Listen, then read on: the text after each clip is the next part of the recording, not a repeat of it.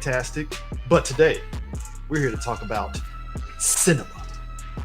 And I know what you all thinking. Are y'all going to talk about it? No. All we're going to say is America. Really? Again! You fucking idiots! You'll probably get down to the end of the year show. Oh, yeah, they are. Yeah. Yeah. But look, I already know why. Because you want to be them. But on some real shit. What was the reason? I had a reason. What was the reason? What was the reason?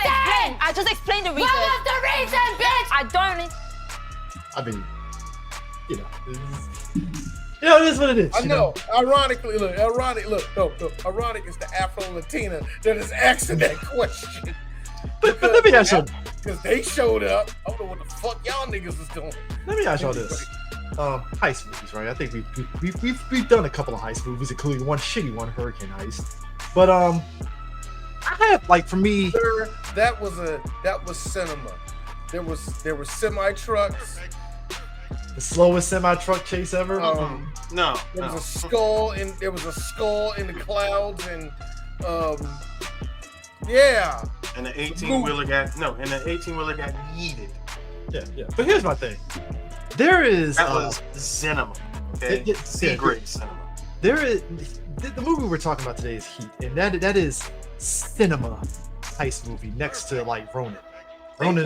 Ronin is another cinema movie. AKA AKA GTA 5 Online's blueprint. Mm-hmm.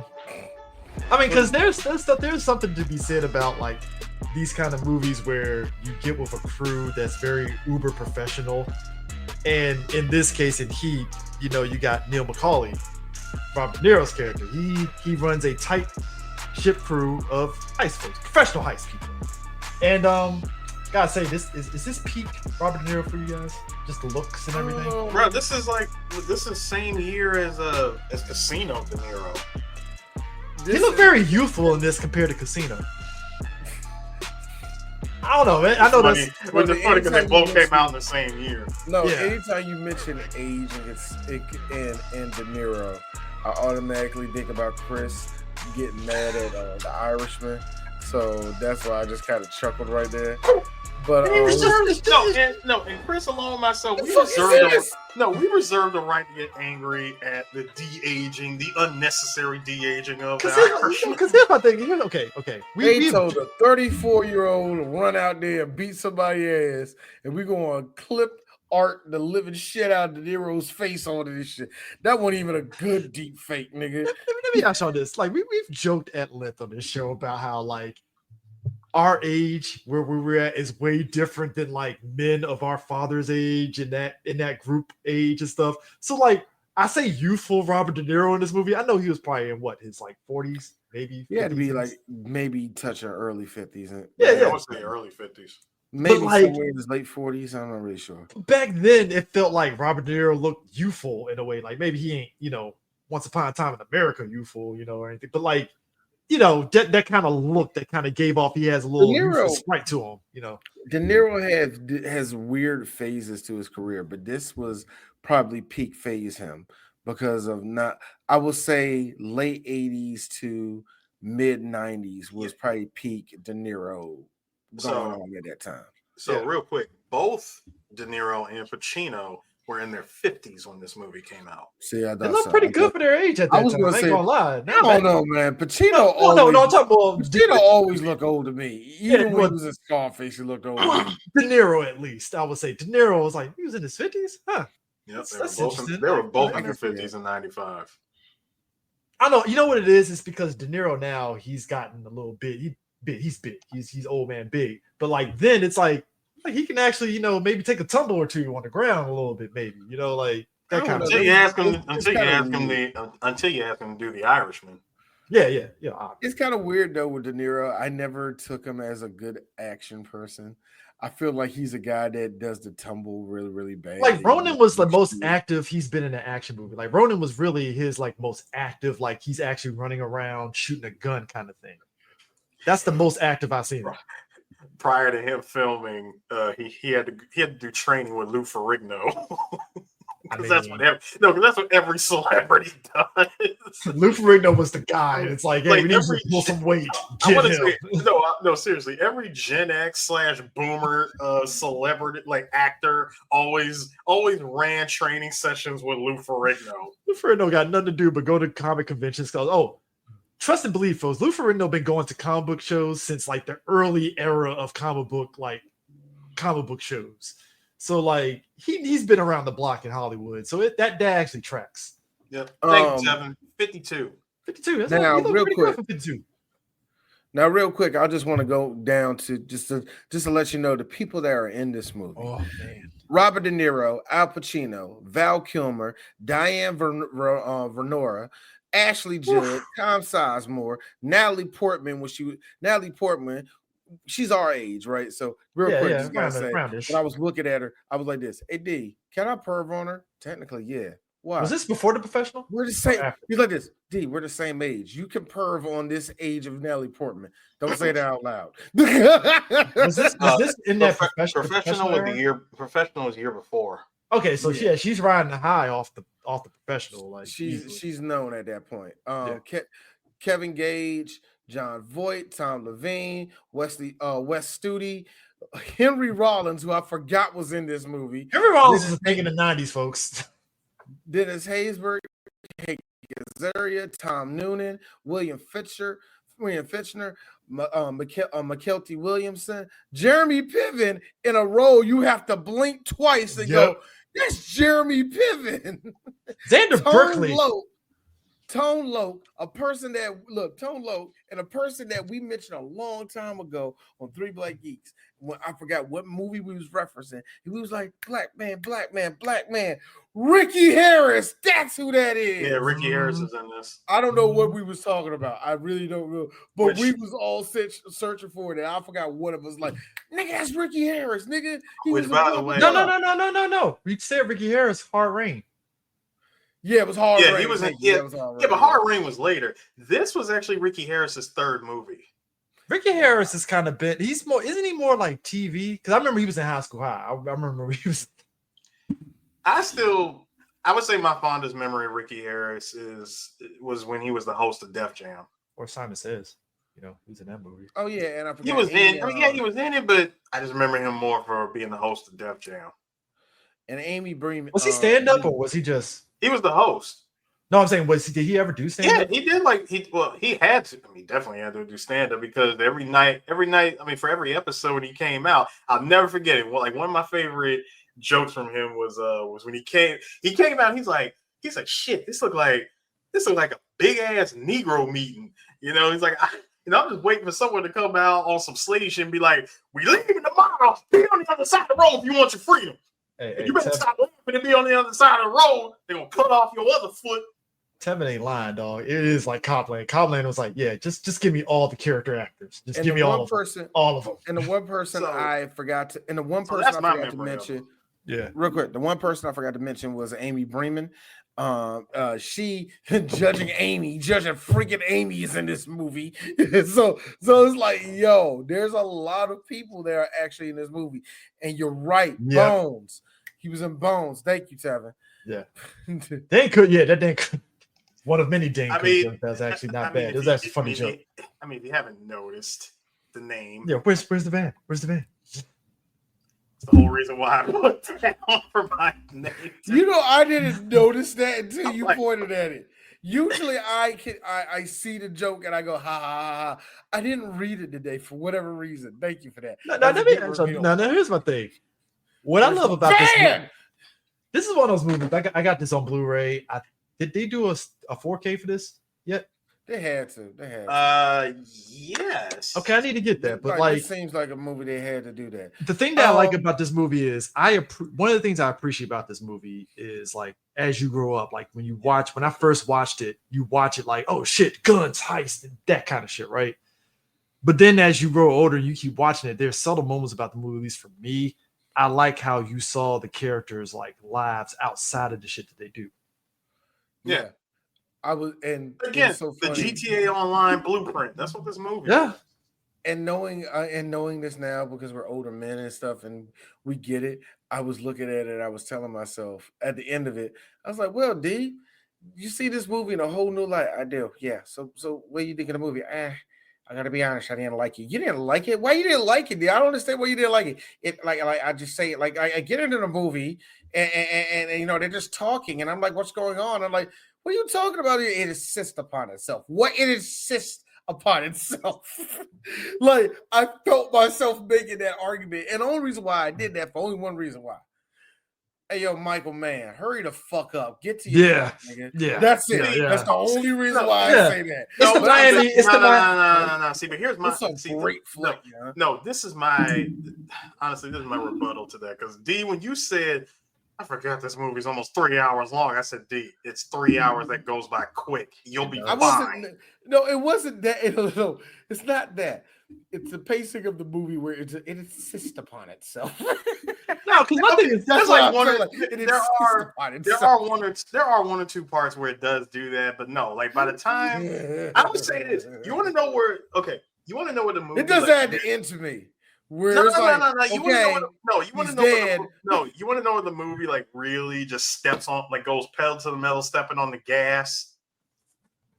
The first time that De Niro and Pacino have that conversation in the diner over a cup of coffee. Yeah.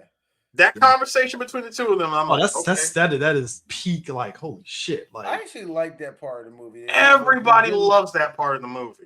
because it's the conversation. It's like, because like, how many movies really do stuff like this? That's well, we often see where it's going to be cat and mouse between a thief, a robber, whatever you want to call it, and the cop.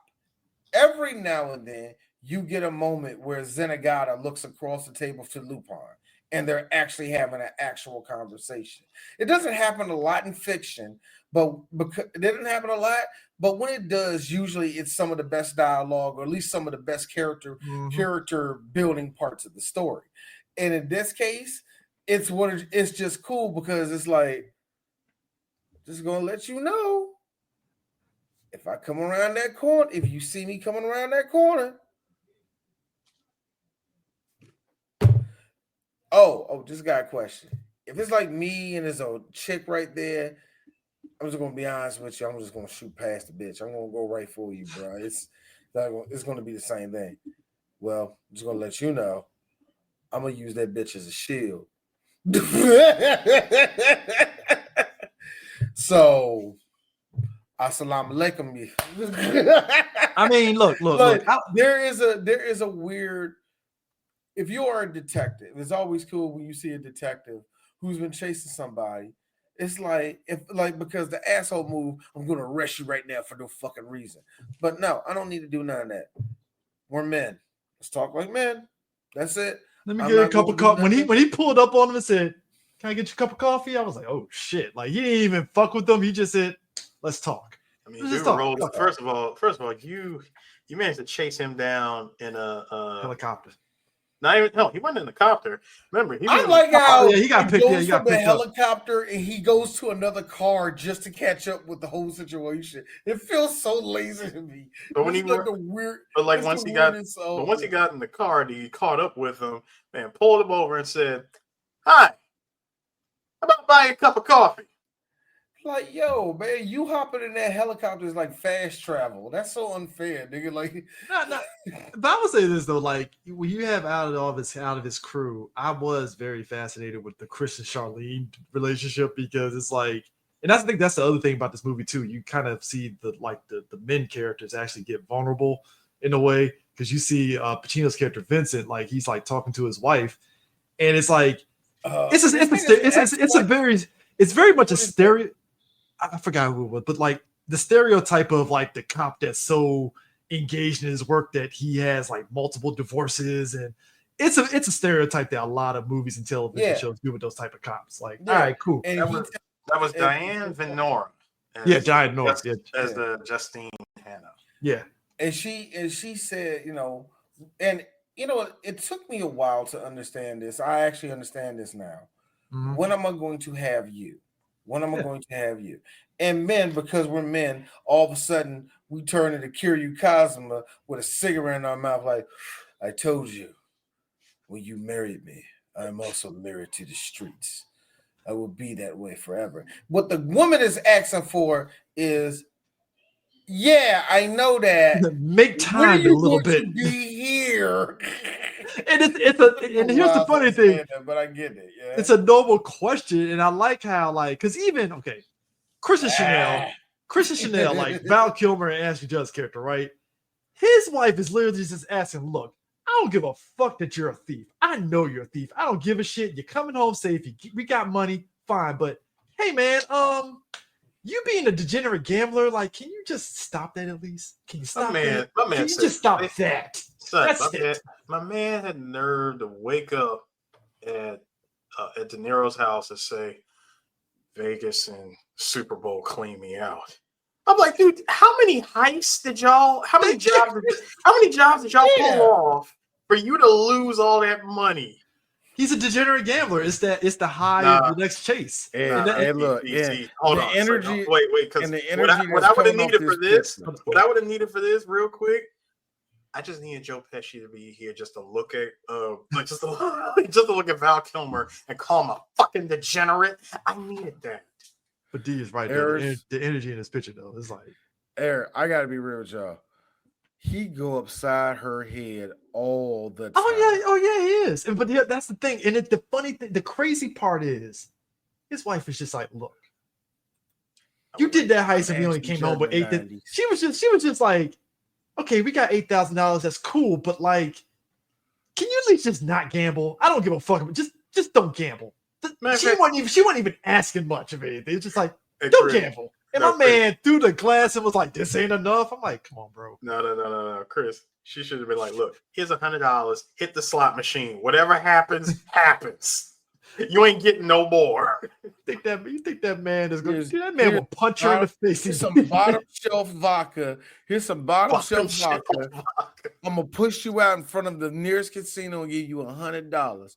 I'm gonna turn around and whatever happens, happen. No, I'm gonna give you 3 Oxycontin pills. Whatever happens. I'm giving you again bottom shelf vodka, $100, no wallet. You just got your driver's license, and that's it. That's a crazy part, I can tell you this: if he makes it back, he peed all over those pants. He pissed the pants. I'm just gonna. I'm gonna say this though. I like that Val Kilmer plays like this sex. Not about to say sex. This drug.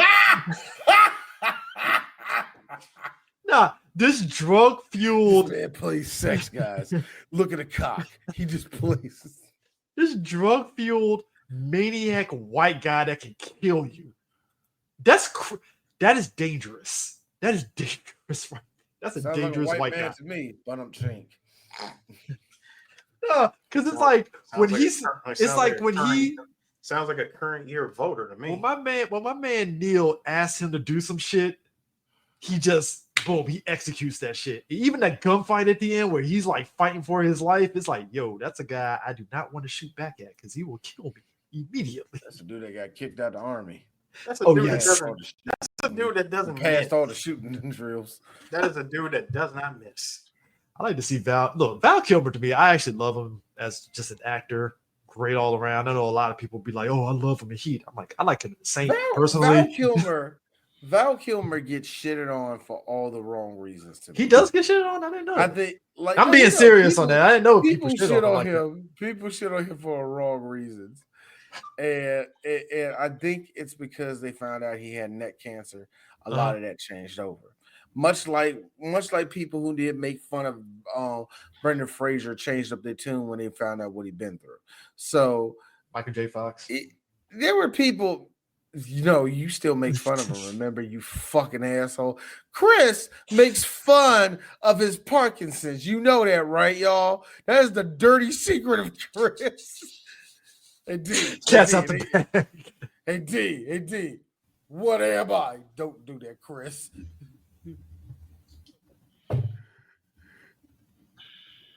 Ayers, your favorite joke. See that?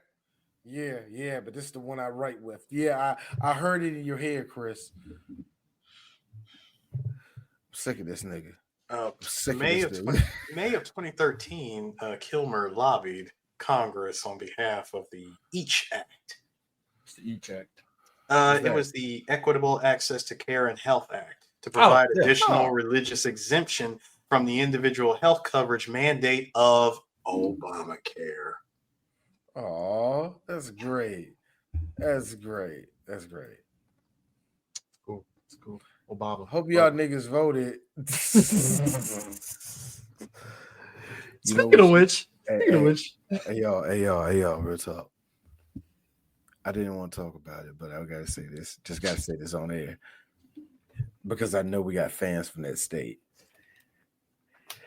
Hey, Ohio, when I saw y'all go red, I knew it was over. When I saw Ohio went red, I'm like, we're cooked. We're cooked. I knew it was over. Hey, look. Bitch lost Ohio. I don't look. I will say this though. I can't confirm or deny that. I'm not saying no. I can't confirm or deny this connection though. He's dead. I heard Auburn basketball players were fighting on a plane. And in the back of my mind, I'm like, it had to be the election. Like the black players were like throwing fades on the white players on the team. And then like I'm just saying, like they didn't say what happened. They just said they had to land the plane with the Auburn basketball players because the fight broke out. And I'm like, maybe could be one of them big ass horses. One of them big ass horses walked up to the black quarterback and just let him have it. You know that's what happened. Yeah, this is Trump's country again, boy. Trump's America now, boy. He called him boy. Stone Cold boy. He's Stone Cold fucking character in fucking Longest Yard when you looked at. No. Hey, no. Hey, yo, Cap, let me tell you something, nigga. Once upon a time, y'all used to be a blue state. Yeah, you and did. When Obama won the first time, all of a sudden Oklahoma was like, whoa. Niggers can vote now. And they just, y'all went red ever since then. We are cooked. Oh, God. Not as cooked as sauteed. Not as cooked as the Allstate guy having to be a janitor at the local diner. So my nigga Dennis Haysbert get out of jail. I'm just looking for a new job. Just trying to get back on my feet. Keep your hands in Allstate. No. How big is your dick? Long, very long. Hey, look. Dennis Haysbert sound like he got a Louisville Slugger. Look. All I'm saying is this man has a beautiful black Nubian queen wife that supports him. Despite that, he went to jail. Okay, the movie had to emphasize that. That is, for all of our millennial and Gen Z listeners, that is what we call a ride or die. Yes, she was very ride or die. You can win. Hey, look. Hold on to you as long as you keep your head to the sky. Optimistic. You can win. Hold on to your dreams. You know how DC it is. So he came out of jail. It doesn't mean you give that black man hell. You pick that nigga up instead. You will give that nigga a job now. You know you want to because you don't want to give him that dick because he be throwing it down. He be making you be straight. We're done. I'm done. So, Eris, when y'all were like doing your little rap career, was this like a normal thing? Shut the fuck up. Yes. Just want to know. But nah, my man, I like how he was behind this white guy that was being Yes. Yeah, he does. Yes. Where your granny at? Where your auntie at? In fact, Ving Rhames was what we got instead of Dennis in Baby Boy Boy, because that nigga said he was too busy. Imagine. I got that Allstate money, so I can't be slinging. Hey, with that like, little can't- sort of not high top fade thing that he got going on. Hey, I can't be out here slamming and AJ Johnson. I got Allstate money right now. Hey y'all, imagine. It's 1996. It's a warm 77 degrees. You got to run next door to somebody else's house, go through the fence. The grass is high. Knock on the door. You hear the background boom, doom, doom, doom, doom, boom, doom, ba-doom, doom, doom, doom, doom. Anyway, you knock on the door. All of a sudden, you see Dennis Haysbert has the pantyhose of do-rag, a whole wife beater, draws, not boxers, draws, Old socks, slippers. What you want, little nigga? I gotta be real. No. See, D says draws. I often ask myself, like, we really were wearing underwear like savages, weren't we? Like, just like, Yeah. Nigga, hey, I'm actually, Chris, I'm shocked with you, nigga. You a ball player. You need some. Look, I know. I'm just saying, like, we've come a long way. We got boxer briefs now. Like that. It was just basically, it was either boxers. It was either you had boxers or you had tiny whities. If you wore boxers, you were a grown adult. You know, that was the thing. You know, so it's come a long way. Come a long way. If you were tiny whities, you were a psychopath called Walter White. Hey, all right, stop for that 2 is seconds. Old white men in the Midwest. Stop for 2 seconds because DJ Sue wants attention. What's with the midgets, nigga? Oh shit. Nigga, after the other night, just now see the Chris. That's why I'm God, you two Negroes. I've been seeing it, but I know you're over there just percolating, just like. No, I'm not. No, I'm not. I legit put that picture up because Why? after I need to AI this, by the way. I need to AI this like Michael Jackson midgets and then just see what it comes up. That's going to come up. I mean, this was the behind the scenes of Captain EO, but anyway, you sure about that? It is Captain E. It is. Oh, okay. Look, y'all did an episode. What the fuck am I talking about? We did that episode. We already know. My bad. Sorry. I just put that picture up because I'm like, you know what? The other night, we as black folks, we all need a drink. Smirnoff though. What we're telling y'all? A beverage of your choice, sir. So what we're trying to tell y'all is this: go find the shortest girl in your neighborhood. Mm-hmm. Under 5 foot. Just under 5 foot. Look for that. Look for that 4 foot. Look for that 4. No, look for that 4. Look for that 4'11" chick that wants to give it a guy who's 6'9". Hold on.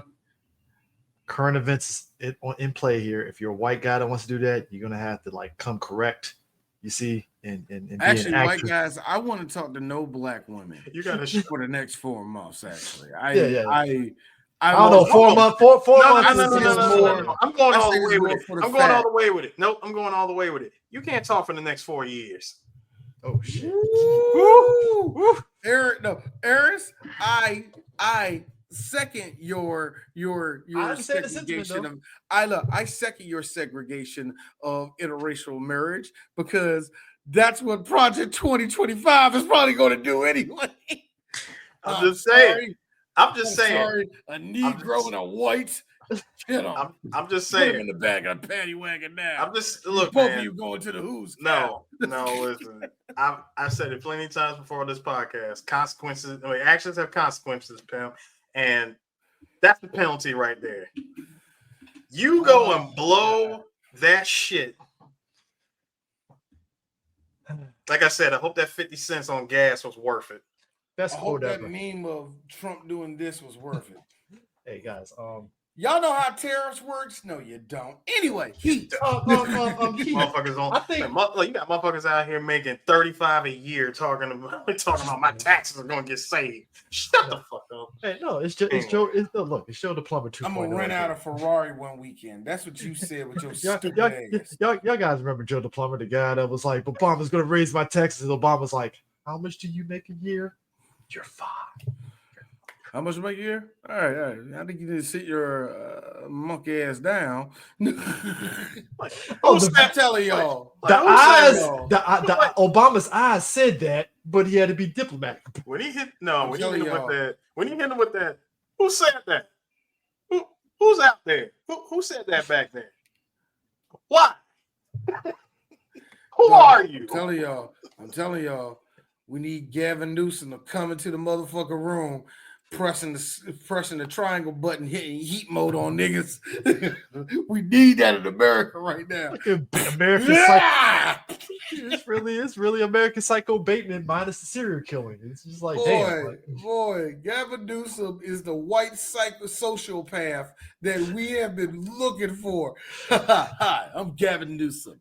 I'm evil as hell.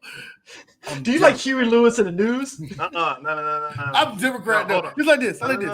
Like you know what I like about Huey Lewis and the news? They always went for women's rights because a woman's body is hers and not ours. Hey, Republicans, what? No. That's See, no. See, he's gonna talk to like the three. You know, he's gonna talk to the three or four black people on the red side, right? Do you like 21 Savage? You know, I respected his artistry. You know, I didn't really care too much for his earlier albums. It was a little too mumbly for me. But where he his apex? Yeah, his apex. I just when find he it worked with Drake. I just find it funny that this man banged out Donald Jr.'s wife in the earlier years before he passed. And it was just like, she all right. You can have her, Donald. You can have her. You got to understand. You got to, Chris, remember. That's sociopath shit there. I'm done with her. No. Bear in mind, Chris, this man is playing the longest of long games here. In a sick way, you're right. No, seriously. Him banging her. Off the bone of that. No, seriously. Chris, him banging her out. That's just the beginning. Oh, yeah. Got other shit. Look. Speaking of which, did you like how Vincent rolls into this house and was like, so that's who you're banging? And he just takes his TV and just... I love the line. He said, listen, you... Maybe I should go. No. Sit down. Shut up. Remember, you got to get Pacino. No, remember, you got to get Pacino loud whenever to command. To command respect. And dominance. Because remember, the dude is like only 5'9". All right. Balding 5'9", by the way. Balding. It don't matter. Shrinking every year, by the way. It don't matter. I am a Pacino was 2 inches taller. I hate you so much. Wow, Pacino.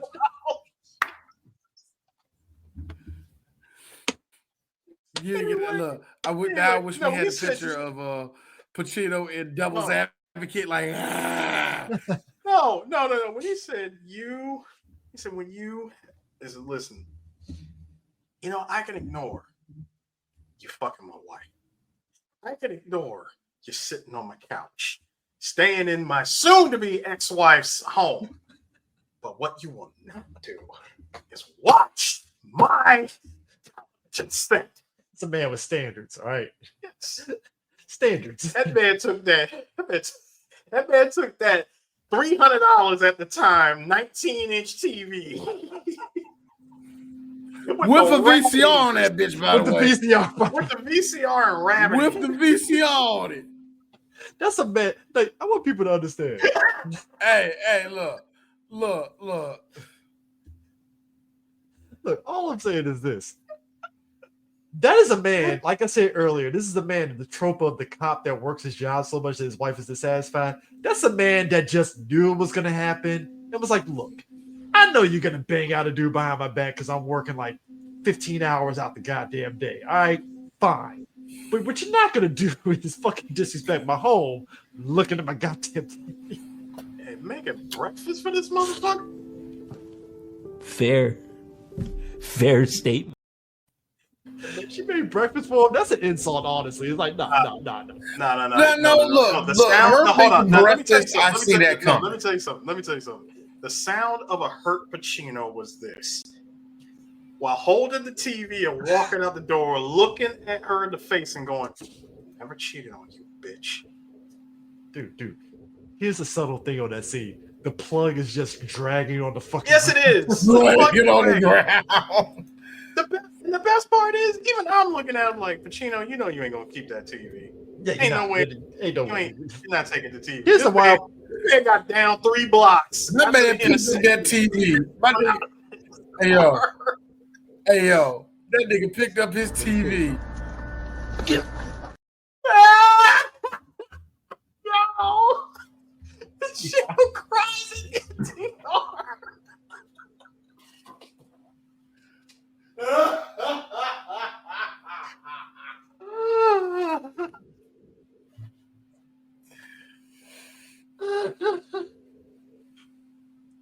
Oh God. Ugly bastard. Habibi firebombing got a missile tuck. If them robbers come through, then I guarantee they give it up. Lifestyle huge, this basic bitch she.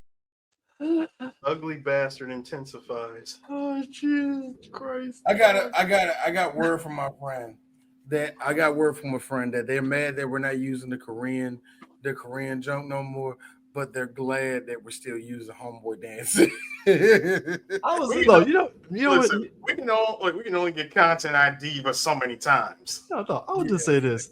Coldest line in the movie is the whole thing of a guy told me one time. He said, "A guy told me one time, don't let yourself get attached to anything you're not willing to walk out on in 30 seconds flat if the heat is around the corner." And I'm like, yeah, that's a cold fucking line. That's a boomer cold line, by the way. That's another boomer cold line. Like, yeah, I don't know. No. I don't know if that's boomer or greatest generation line. It feels men of purpose and action. Yeah, that's what it really feels like. Look, I always break. Speaking of you saying the word heat, they said heat so many times. Mm-hmm. I stopped and said this at least 15 times in the movie. Oh, that's why they call it that. Yeah. I literally like he's like, so what about when the heat is on? Oh, so the heat's the policeman. That's a white guy somewhere in the Midwest thinking that, like, that's what heat is. That's why they call it. And like I said, that's the purpose. That's why they call it that. As he goes to his factory job and asks Tyrone, so heat is the cops, right? Yes. And considering that this movie is based on a true story, that's yeah, really crazy. Yeah, LA Shakedown. Yeah. Apparently they did a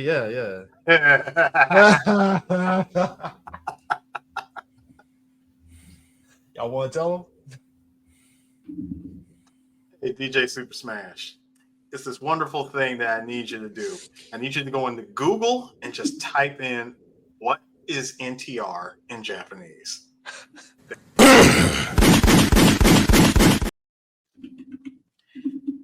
So, a couple of things that I definitely wanted to point out. Did y'all know that this was supposed to have a TV series? Yeah. This feels like something that they wanted to make longer, but I think, like, you can tell that there probably was a bit of a longer story. There's a lot of plot threads popping up here and stuff in this movie that's like, yeah, exactly. Usually with your everything, movie, you just get the heist and maybe the planning of heist, and that's it. This stopped and said, let's go into their personal lives. Mm-hmm. So, because out of everything that went down in this movie, Val Kilmer's the only one that got away.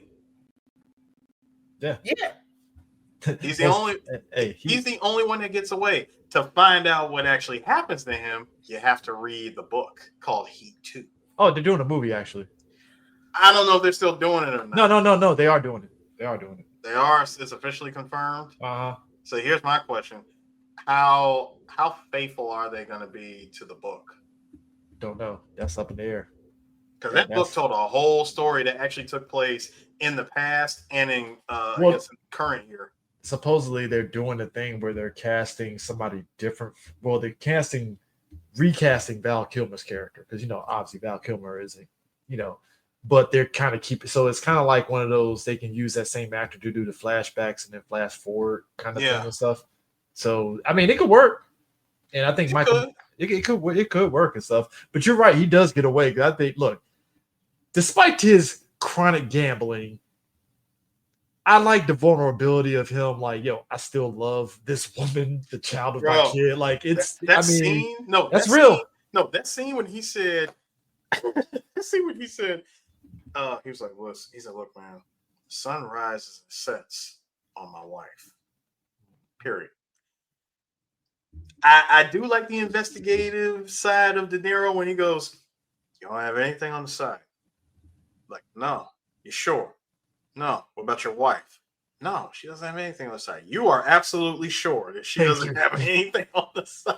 I mean, look, I do appreciate that aspect of their friendship. He's a friend enough to be like, look, dog. Because even he's telling them, look. He's like, nah, this shit is sus. No. But even then, though, I like how it's like he's helping him save himself in this relationship, right? Because when he tells her, you're gonna give Chris one more chance, but if he fucks up, you know what? I'll set you up financially. Because he knows his friend is that fucked up to where it's like, you know what? I'll be fair about this. I'm not gonna force you back in, but I'm gonna give him one more chance.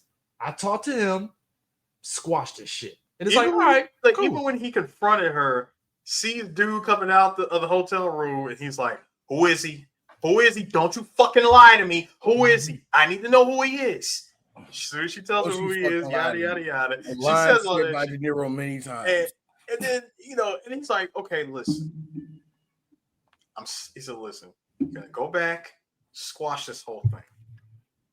And like you said, Chris, if he fucks up, I'll set you up myself. You'll be good financially. You ain't got nothing to worry about." The look in her face was priceless. It's like, oh, he's for real. Okay. I mean, because number one, I mean, listen, I get it. That's your best friend's wife, and holy shit, she is a terrible liar. Because come on, the bed is literally tossed up like a Tupac song. Okay? Empty ass hotel. That was a jump off. Like that was a quick hit and quit it.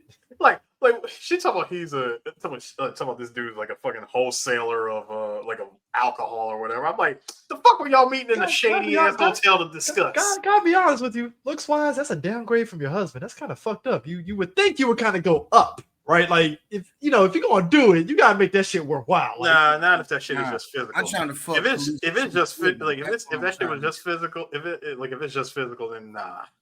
I don't know. It's just because then again, let's just look at it this way, guys. This is her. Listen, this is her peak in 1995.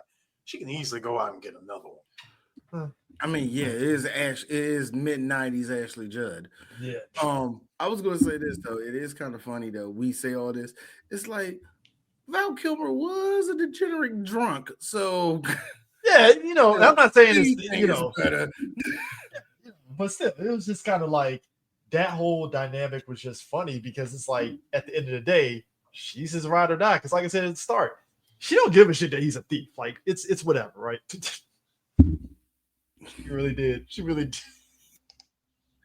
One of the coolest things ever, and I can say that my wife will do that for me. I get out the car, I see her.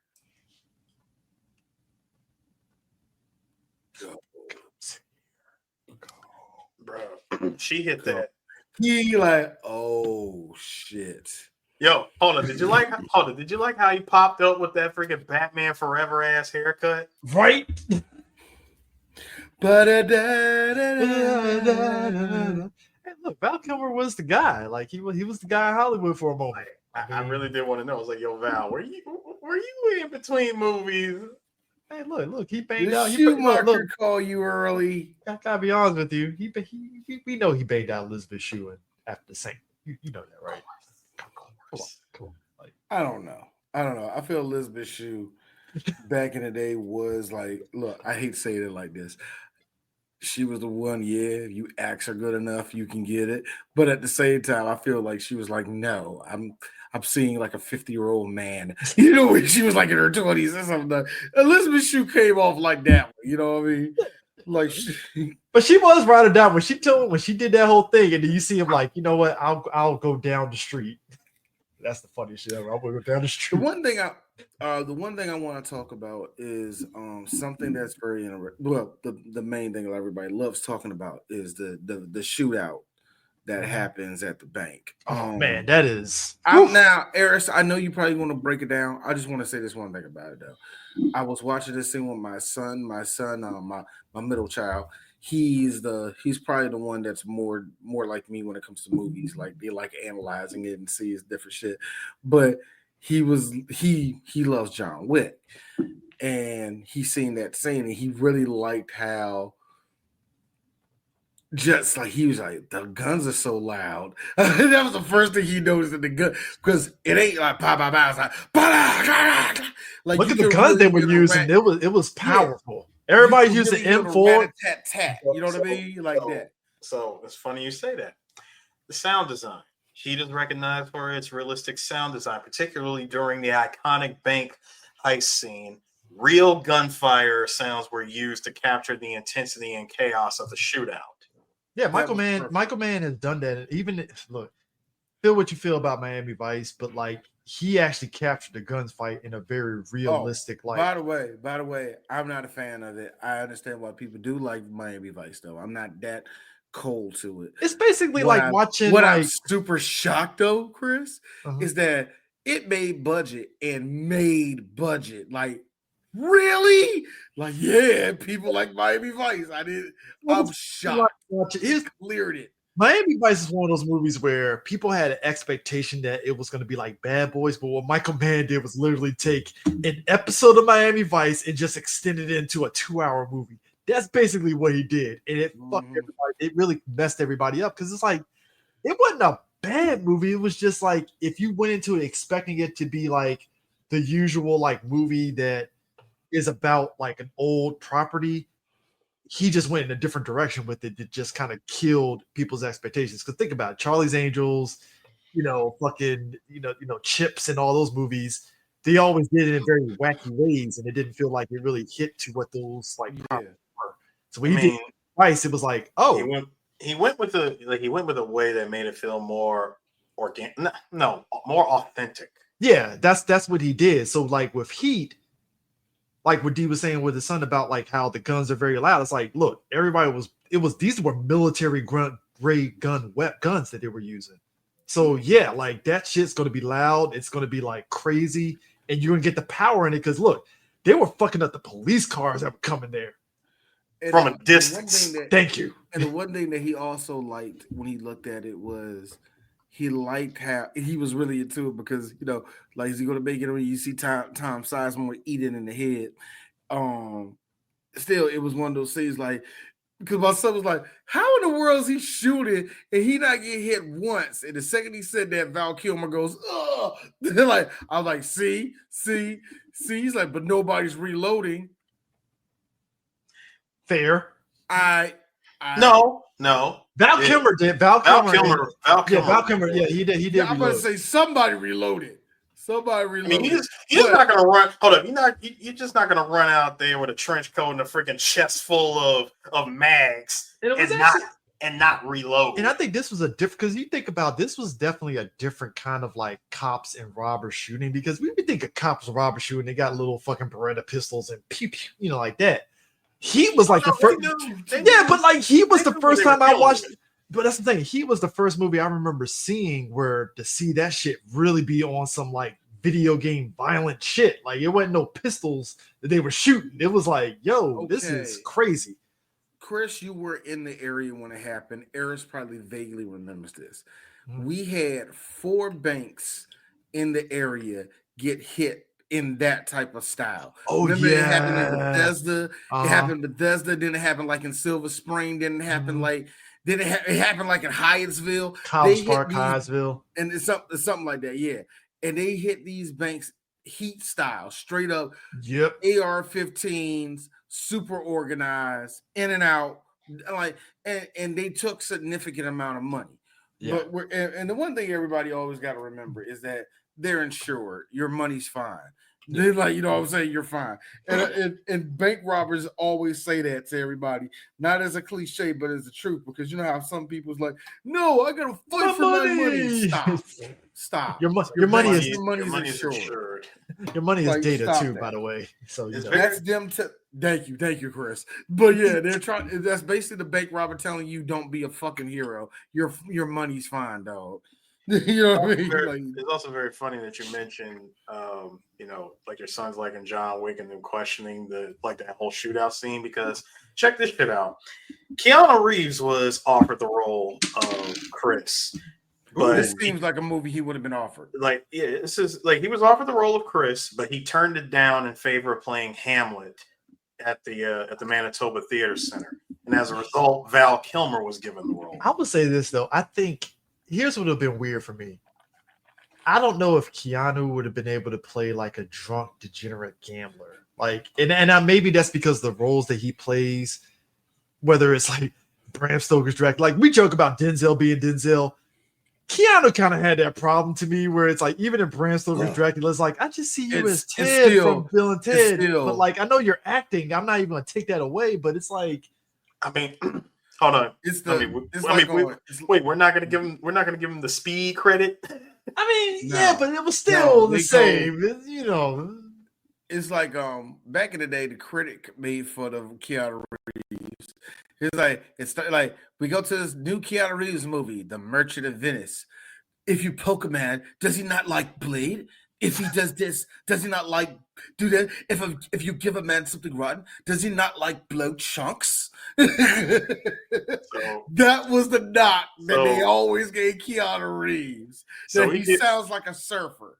So yeah, okay, I get it. I mean, so basically, we give him shit for Bill and Ted across all of his movies, between Speed, Johnny Mnemonic, Bram Stoker's Dracula. Point Break. But here's the thing, much like Denzel, don't forget The Matrix. Yeah, of course. Whoa. Yeah, but here's the thing, though. Much like Denzel, Keanu somehow, though, even if we complain about it, we don't give a shit because we're still entertained by what he does. So it's like, all right, cool. It just is, and that works in his favor. And one of the main things that Keanu did was he realized what type of star he was. Yeah. That I am a god when it comes to the sci-fi action genre, and I can easily slip into that anytime I want to. Type of like Keanu knew what he finally figured out who he was. Yeah, and I think like all actors, it takes a while for some actors to get to that point. Like I think Nick Cage is the same too. Val Kilmer was going to be on that route too before he ended up getting sick. Yeah. A lot of certain actors, good example, Billy Zane. Billy know he ain't going to be starring on a movie, but I want to be the most. But it's like this. Yes, I'm not the star, but you're going to remember me more than anybody else in the movie. You're definitely going to go, man. Billy Zane, man, he was in the background playing blah blah blah blah. Gotta say, I mean, if this movie was to ever happen, I know it will never happen, but if it ever happens and we see this man come out with the white hair, brownish tan skin, and this like with an X heart tattoo and shit, this nigga is Ansem in a Kingdom Hearts movie. I'm just saying, the world will be complete. I want Billy Zane in the John Wick franchise just because at this point, I'm like, yo, you need to give him something to be in there. I mean, you gave it to Willem Dafoe in one movie. I will say this though, like D said, if Val Kilmer didn't get sick, I think he would have also been in the John Wick franchise and doing something. He would have been in more stuff. Come on, the guy was in MacGruber. Certain actors, yeah. Like certain actors, you would kind of just tell if a sickness or another movie didn't happen or whatever it may be didn't happen, they would be perfect for that role. Mm-hmm. I think it shocks me that Val Kilmer wasn't in John Wick just as a background character. You know what I mean? It seems like that would have been up his alley. Like certain people you would have seen that way. You know what I mean? Yeah. But my thing was like with this film, like you said, it was all these people's personal lives. I appreciate the fact that we lived in a lifetime where we seen Danny Trejo's trajectory and stardom. There's something Danny amazing about Trejo, seeing man. that. There's something amazing about that because he's literally living like the American dream. This is a guy that was literally in prison and then just ended up coming into being an actor, and then boom, he's in a Michael Mann movie. That's Like crazy. now he was been in movies since the late 80s. And really Death Wish 4. What happened was he just fit the part. Yeah. He just fit the part. And that's really what Danny Trejo did. He played him until he became a star.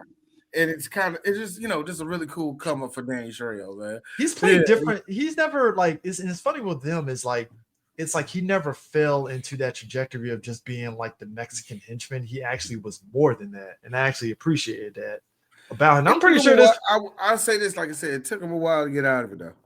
Yeah, but you can tell like seeing him just his trajectory. It's just kind of funny just being able to have a bird's eye view of watching that in every movie that he's in because he's actually funny depending on the movie he's in. That's why when I watched Spy Kids, I was like, of course Danny Trejo's in this movie. Of course he's in this movie. Why wouldn't he be here? Let me tell you something. When that inevitable time does come and Trejo's out of here, the biopic on this man is going to be ridiculous. Menacing in Modelo, yes. Man. No, seriously. No, like and I really mean that. In all seriousness, Trejo's biopic is going to be ridiculous. Like a man that's been in so many properties, so many movies. He was a playable character. Yeah, he was a playable character. Yeah, both him and Henry Rollins were in Fight for New York. Henry Rollins still had no business being in that game. Can I be honest with you? I had a moment with Henry Rollins. My second time deploying. He came to the military base, and it's one of those things where it's like, never meet the people that you see. I don't know why my goofy ass thought Henry Rollins was taller, and I'm like towering over him. Like that it fucked me up, and maybe because that's just my thinking of what I thought. Listen, Henry Rollins. I told you before, Chris, that Henry Rollins was nothing more than Robert Kirkman's blueprint for Negan. Yeah. Henry Rollins exudes a dude that's clearly 5'6" and walks like this the whole time. Yeah, he does. He does. Nice guy though. He's a very nice guy. He's very insightful and everything. So we visit. It was just kind of just funny. It's like, hey, I see you. Like you're a funny guy. Yeah, you're pretty funny. Cool. Henry Rollins. It's just kind of sorry. It just is kind of weird to see Henry Rollins in a movie like this. Because you forget he was a thing in the 90s. It was just you forget like you go from being a punk star to doing movies when there was no trajectory for that. You know what I mean? That was a really kind of. I'm not the right person to talk about. This one's real shit. I'm not nothing against Henry Rollins, but I don't know enough of his career to really talk about it. But it is kind of a cool story if you know a lot about it. You know what I mean? About how he got his little come up into acting. Go ahead. What's up? Tony Todd just passed away. Oh, he's gone. Damn.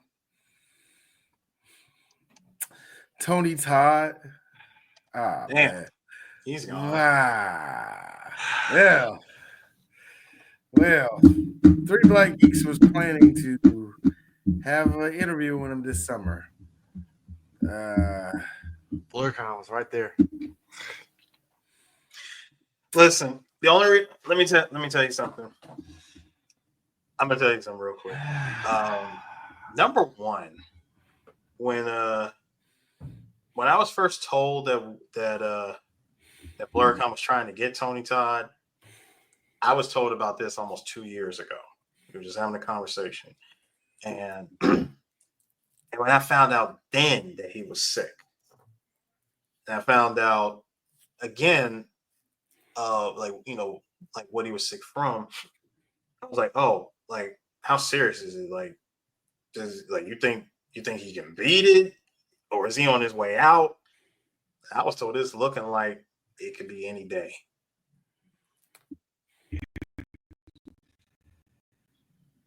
Yeah, that sucks. Yeah, man. Real quick. Hey, Chris.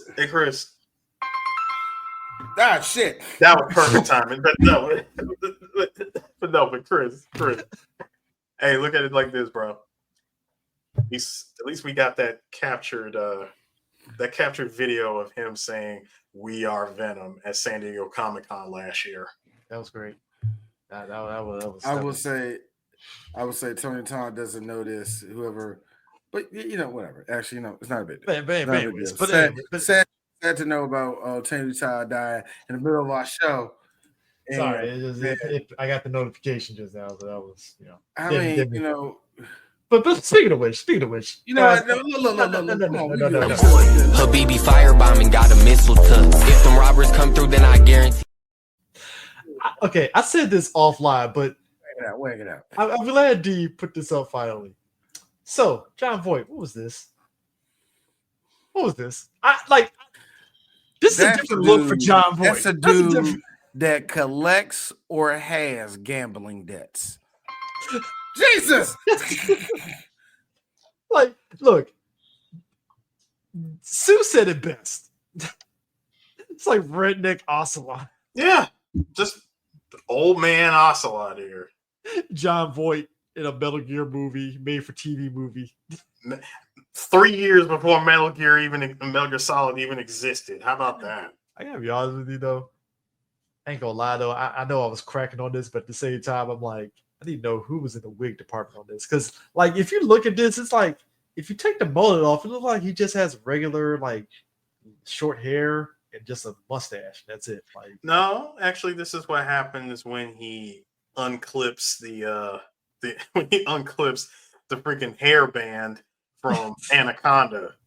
A couple of years later, 2 years later, he ends up doing Anaconda. I like how we have memes of John Voight when his character in Anaconda is looking at Jennifer Lopez with the white man pervy face. Yeah, that is the most weirdest look ever. That's a guy that's like, I want to rape you, but not really. Oh maybe. No! If he wasn't tied up, J-Lo would be done.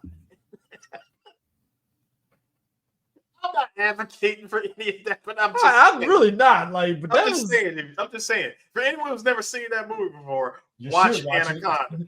You should. It's a dumb movie. It's very dumb, but watch it.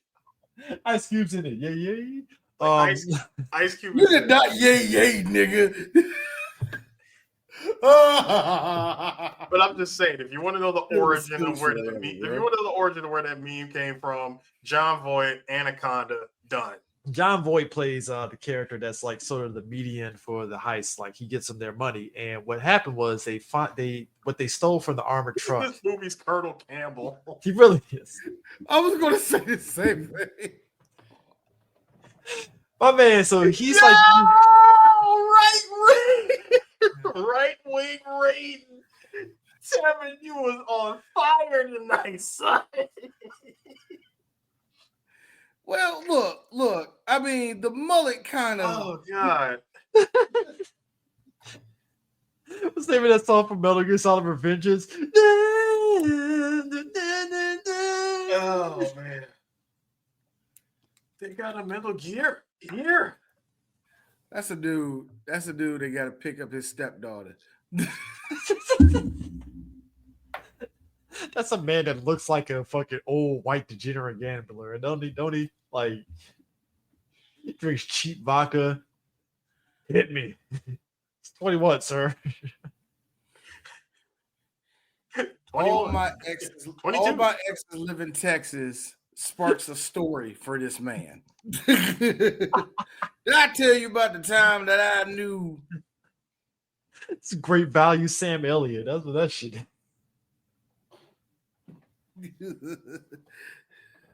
A man has, but he has cologne that just says Longhorn Steakhouse. It's a man that puts ketchup on a steak. All right, come on now. Well done at that. Well done. I'm sorry. That man got a picture of Dale Earnhardt somewhere. The number three car with the silhouette of Dale Earnhardt with that mustache. Intimidator somewhere. Yeah, what is with old white guys' fascination with well done steak and ketchup? I really need to do a scientific study on that because that's I don't know, Chris. it's very why troubling. Why It's you like think try- we can It's like answer trying white to eat things? it's like trying to eat an upscale burger, but with no bun or anything. I'm just saying, look, I feel now that white people have taken over at this point. I feel they can give me money to do funding for Oh, research on them. What? All right. Oh, what was your first clue, Chris? When they put the shackles on us, or when they was kneeing us in the back of the neck to make sure we didn't breathe on the ground. Actually, or when they collectively decided. They have to They said we're gonna vote for because white people. You got to specify that because white people has collectively decided many different times in history. So you would have to specify which. Actually, guys, it was when I saw the fucking Skyrim guy break into the Capitol. That's when I was like, all right, you know. But Chris, was it before or after Rodney King got his ass beat? That's all.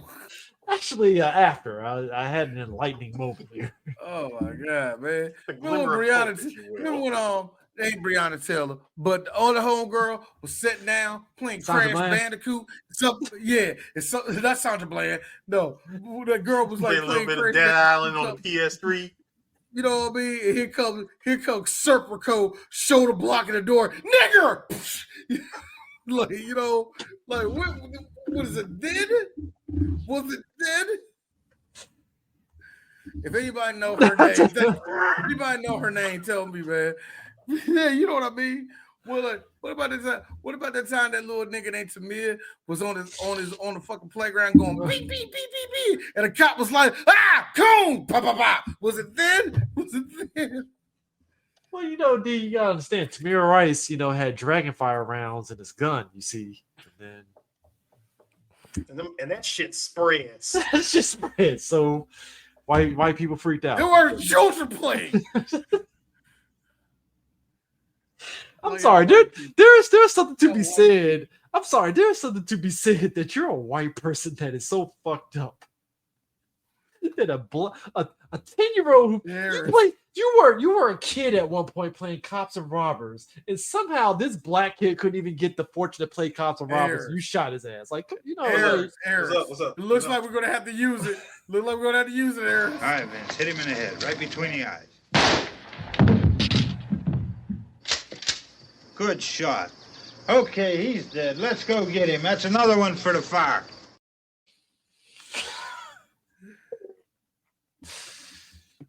In other words, what Three Black Geeks is trying to say is what the great Dr. King said years ago. And a lot of white folk have demonstrated eloquently that they don't have no sense. I'm sorry. Yeah, be prepared for our YouTube comments to be spammed with "Make America Great Again." We're gonna get that segment. You know that, right? Errors. Bring it, bitch. Errors. For me, it's the pause. The bitch. Eloquently that they don't. That is an angry, perturbed black man that hates white people. The white people made it eloquently clear that they don't got no sense. And that's when demonstrated eloquently. That's when white people turned to Michael Jordan, and I took that personally. And then boom, 1968. Shit, done.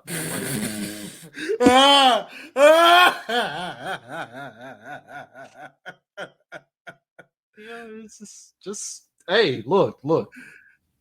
Gotta know your history, kids. Know your history, kids. Hold on. D's conspiracy theory. Jesse, you know what to do. Hey, Jesse, you know what to do. I got it. Hey, yo, Martin. Hey, man, let's get some fresh air outside. James Earl Ray. All right. And I've been waiting, baby.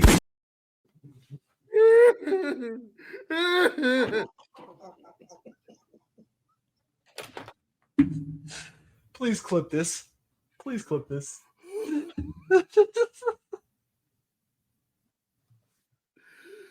Oh, God. Oh, Lord. Gotta laugh to keep from crying, folks. Gotta laugh to keep from crying. Man, we have to. We have to because all of y'all decided at one time. So here we go. I'm about to make myself retarded.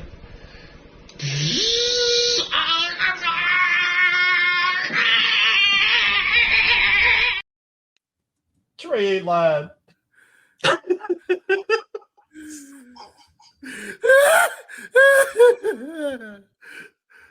This is the thing that will piss white people off. And this is something I had to learn. I didn't really learn this, real talk. I didn't learn this until I was a grown man, so I ain't going to act like I knew all my life.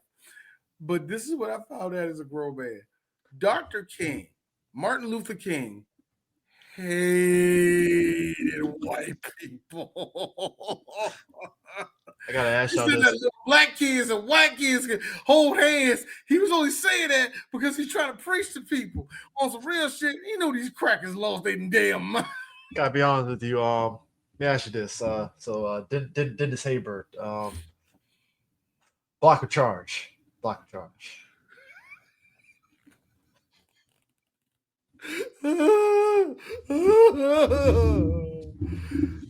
Okay. My son, who There was this fucking there was this fucking my son had me dying because as soon as they were driving, he's like, he ain't driving fast enough. I'm like, don't worry, son. Michael Mann is doing this thing where it's fast editing, and you can't really tell where the fuck they at, right? So when he got to that one part, and you see Pacino take out the shotgun and go, wow. This nigga, Dennis Haysbert, does the dumbest move in the world. He does this. I'm going to lean forward so the... I was thinking to myself, this thing is fucked. Like, I know De Niro ain't dying. I know you're definitely dying. Dude. You know the best part? No, the best part, he quit his job that morning. He did. He quit his job that morning. He quit his job that morning, and I'm pretty sure when his punk ass woke up at 5 o'clock that morning, he didn't think that by 3 in the afternoon he'd catch a hole in the head. My thing is this. All right, let's say you did help them out and get away, right? What was your take in this? How much money were you getting out of this? No, because because De Niro came to you, and you're the best wheel man in the business, as they would say. I couldn't tell. I couldn't tell. Look, I'm just going by it, but I'm pretty sure he got a smooth 20% of the cut, at least 20. It is black. Especially if he was able to drive them out of there and nobody got clipped. Look, let's be real here. This man has a black wife, so she would have looked at him like, you quit your job, and she would have like popped him upside the fucking head and shit, like you a dumbass. But then we'll have been like, all right, we got money now, so what's the next move, genius? Like that kind of shit. But baby, we got money now. Hey D, you're muted. Yeah, you are muted. You're muted, D. You got no sound, nigga. Did your mic pop out? Unplug. I think it did. Did it? Oh yeah. You know. He's like, but baby, we got money. His wife would have popped on his ass. Oh no, right there. Say that again. Hold on, Eric. Say that again. Look, but baby, we got money now. You don't mean that shit. You just running your mouth. Exactly. I wasn't running my mouth. I was running the murder. Give you this big black dick. Zip. Done. Listen, I never. Hey, real talk. That's Dennis Haysbert, so this happened. What the fuck? She heard thud. That's what she heard. What the fuck?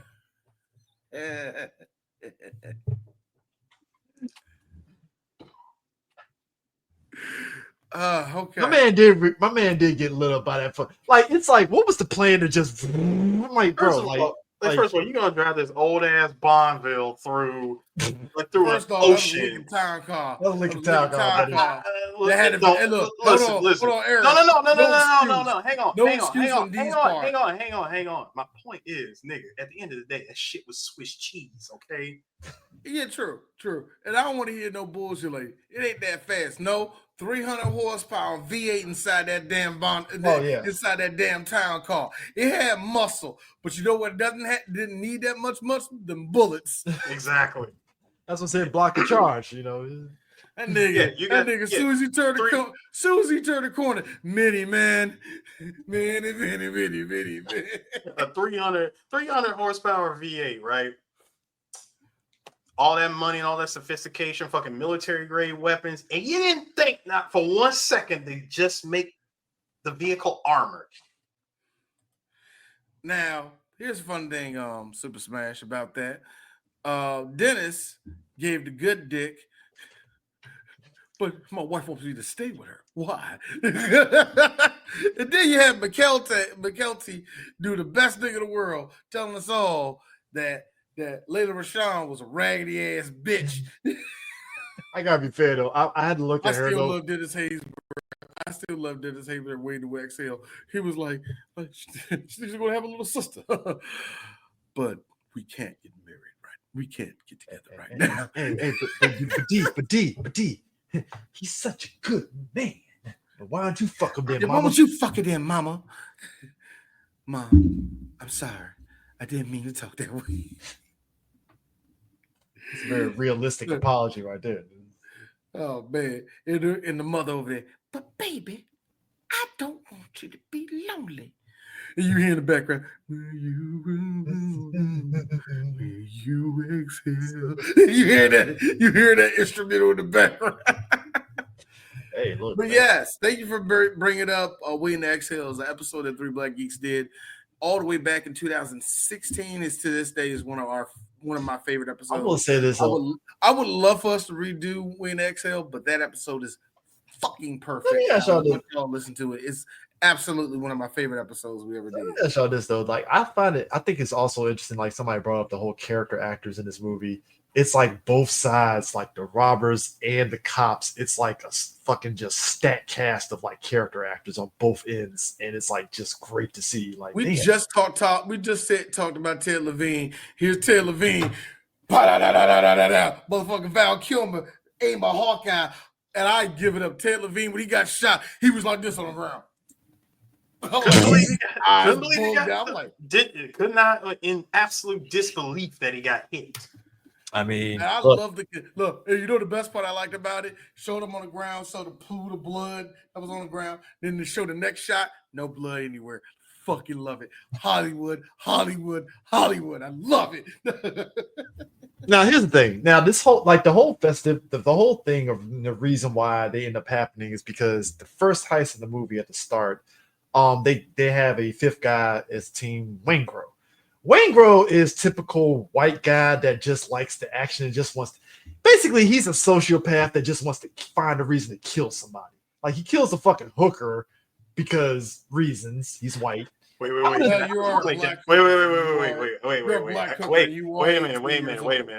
gotta do it. The Grim Reaper is visiting you tonight. Oh, bro. You didn't know what this was? Look. I'm gonna say this.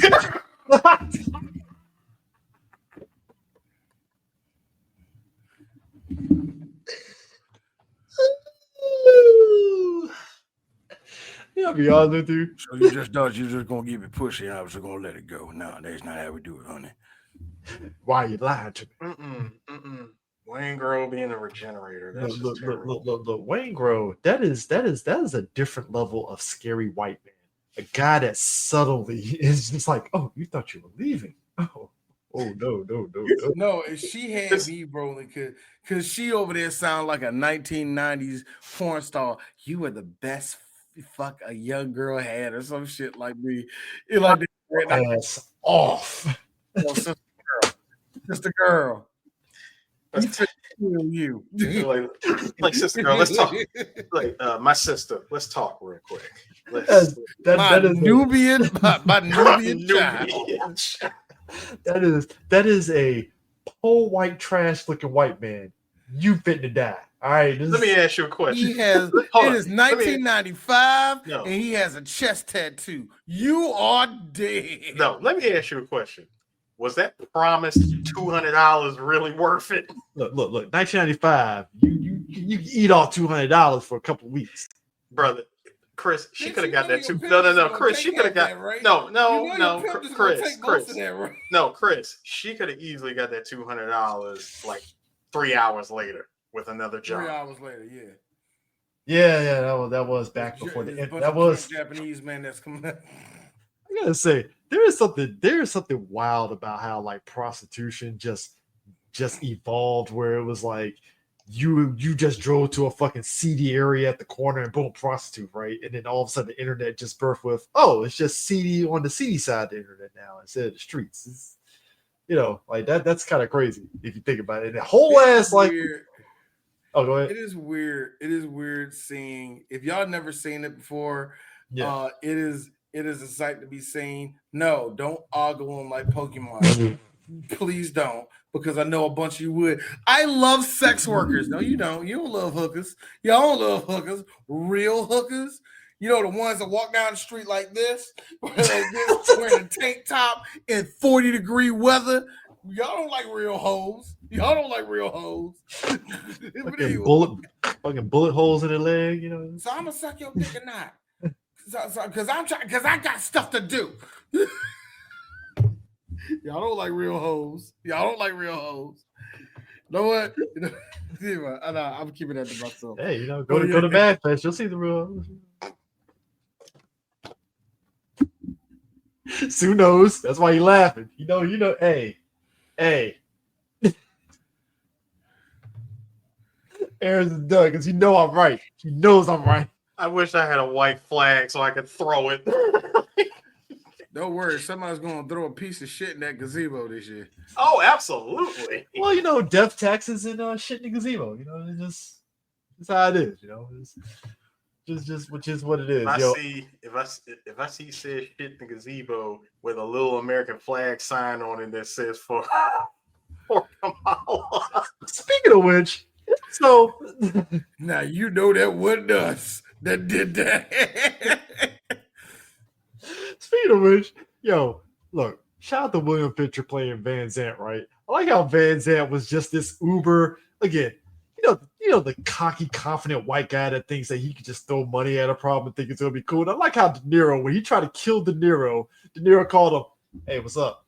It was the phone call.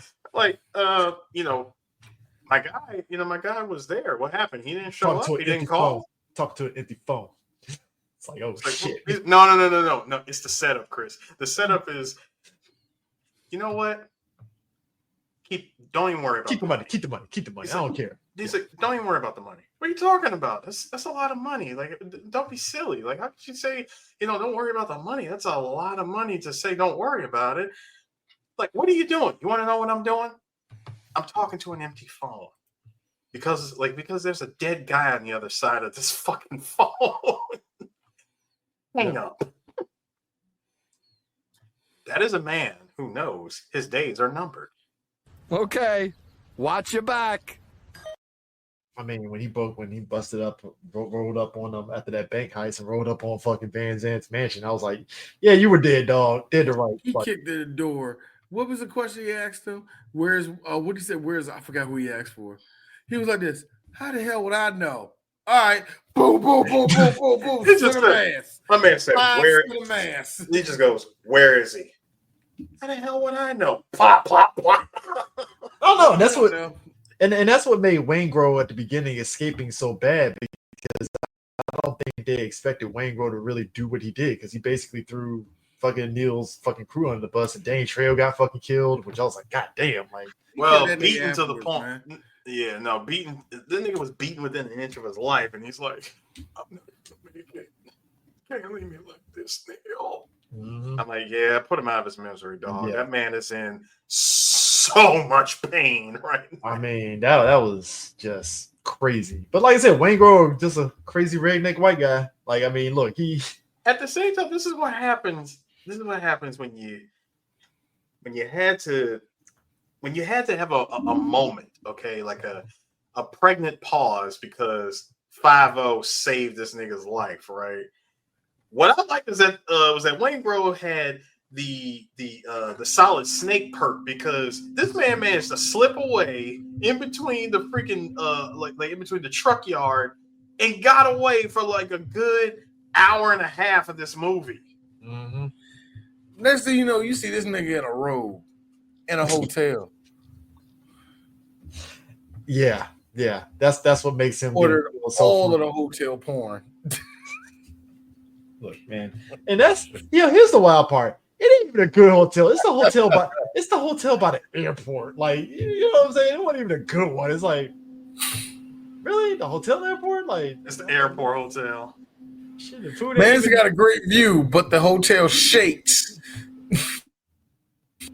It's like this shit ain't fucking the Residence Inn. It's like it's the hotel airport hotel. Like, definitely. Motherfucker, like it's the good La Quinta, that shit. The good La Quinta. That was it. The funny. There was another scene in this movie that was funny, is when they were doing the whole the metals heist, and they were they were across the street, and that one goofy ass cop fucking fell inside there, and they was like, "All right, nah, bro, no, stop that shit." Shout out to him. Shout out to him drinking 1994 bottled water. Now, here's the fun thing. D remembers this because I'm old enough to remember. For some reason, people saw that as effeminate back then. Really? Like, oh, he's drinking out of a water bottle. You tell me them Drinking back then. water, drink sugar, you asshole. Like, where's your beer at? Like, that's the way people treated people in the 90s when they drank water. Out of a bottled water, not a thermos. No, you were a child. First off, you drinking water out of a thermos. What is this, the 1940s? Like, what the fuck we talking about? Great Depression? Hey, Chris, I don't make the rules of the 90s and what pissed off white people because they couldn't say nigger the way they used to, okay? I don't know what... I want people to understand something. Hey, Gen Z, look. Hey, Gen Z dude over there, they got white friends. You ain't got you about to drop all of them niggas in a minute. You ain't gonna be able to talk to none of them no more. I want people to understand, because one's real funny. You gonna be mad. You can't talk to them no more. I want people to understand something, man. White people made Leave It to Beaver because they didn't want to fucking reconcile that they were calling niggers the same year that Leave It to Beaver came out. I'm just saying, like, there's something to be said about that, right? Like, you made a show so you can just ignore like, this is America. I don't know, dog, because right across the street they calling me a nigga, so I don't know if this is the same. That being said, though, she has a great ass. Responds in Pleasantville. Responds in Pleasantville. That fucking movie. You know where she at. You tell me why. Because she's got a great ass. You got your head all the way up. I know it. You know, that scene always made. I always question that scene because I do believe that Pacino improvised that line. Because if you look at the way that he was supposed to say it, like you can see that he was fixing his mouth to say something completely different, but he just went with great. Look, I will say this, and the way that Hank Azaria looked at him. Thank you. She's got a great white. Yeah, look. I emphasize that. You have to, because great white ass is. Yeah, that's cute. There's a bit of a chunk there. All right. Cool. That's great. It's groovy. There might be some fatness to it. No. It's just wide. But whatever. It's all right. We can deal with that. I see. It's just hips and thighs. That's really it. No, see, Pacino with the best line delivery of, I gotta think about ass. When I see it, something comes out of me. I was like very poetic there. Inspiring. Very inspiring there, Albert. Very inspiring. I did like how he really, despite how he went about like talking to people, he really didn't take shit off anybody. Because I like how he looked at his boy at the club where he was like, "You brought me out here at 2 a.m. for this bullshit." Mm-hmm. And even he was just like, "Fuck, he's gonna kill me. He's gonna throw me in the jail."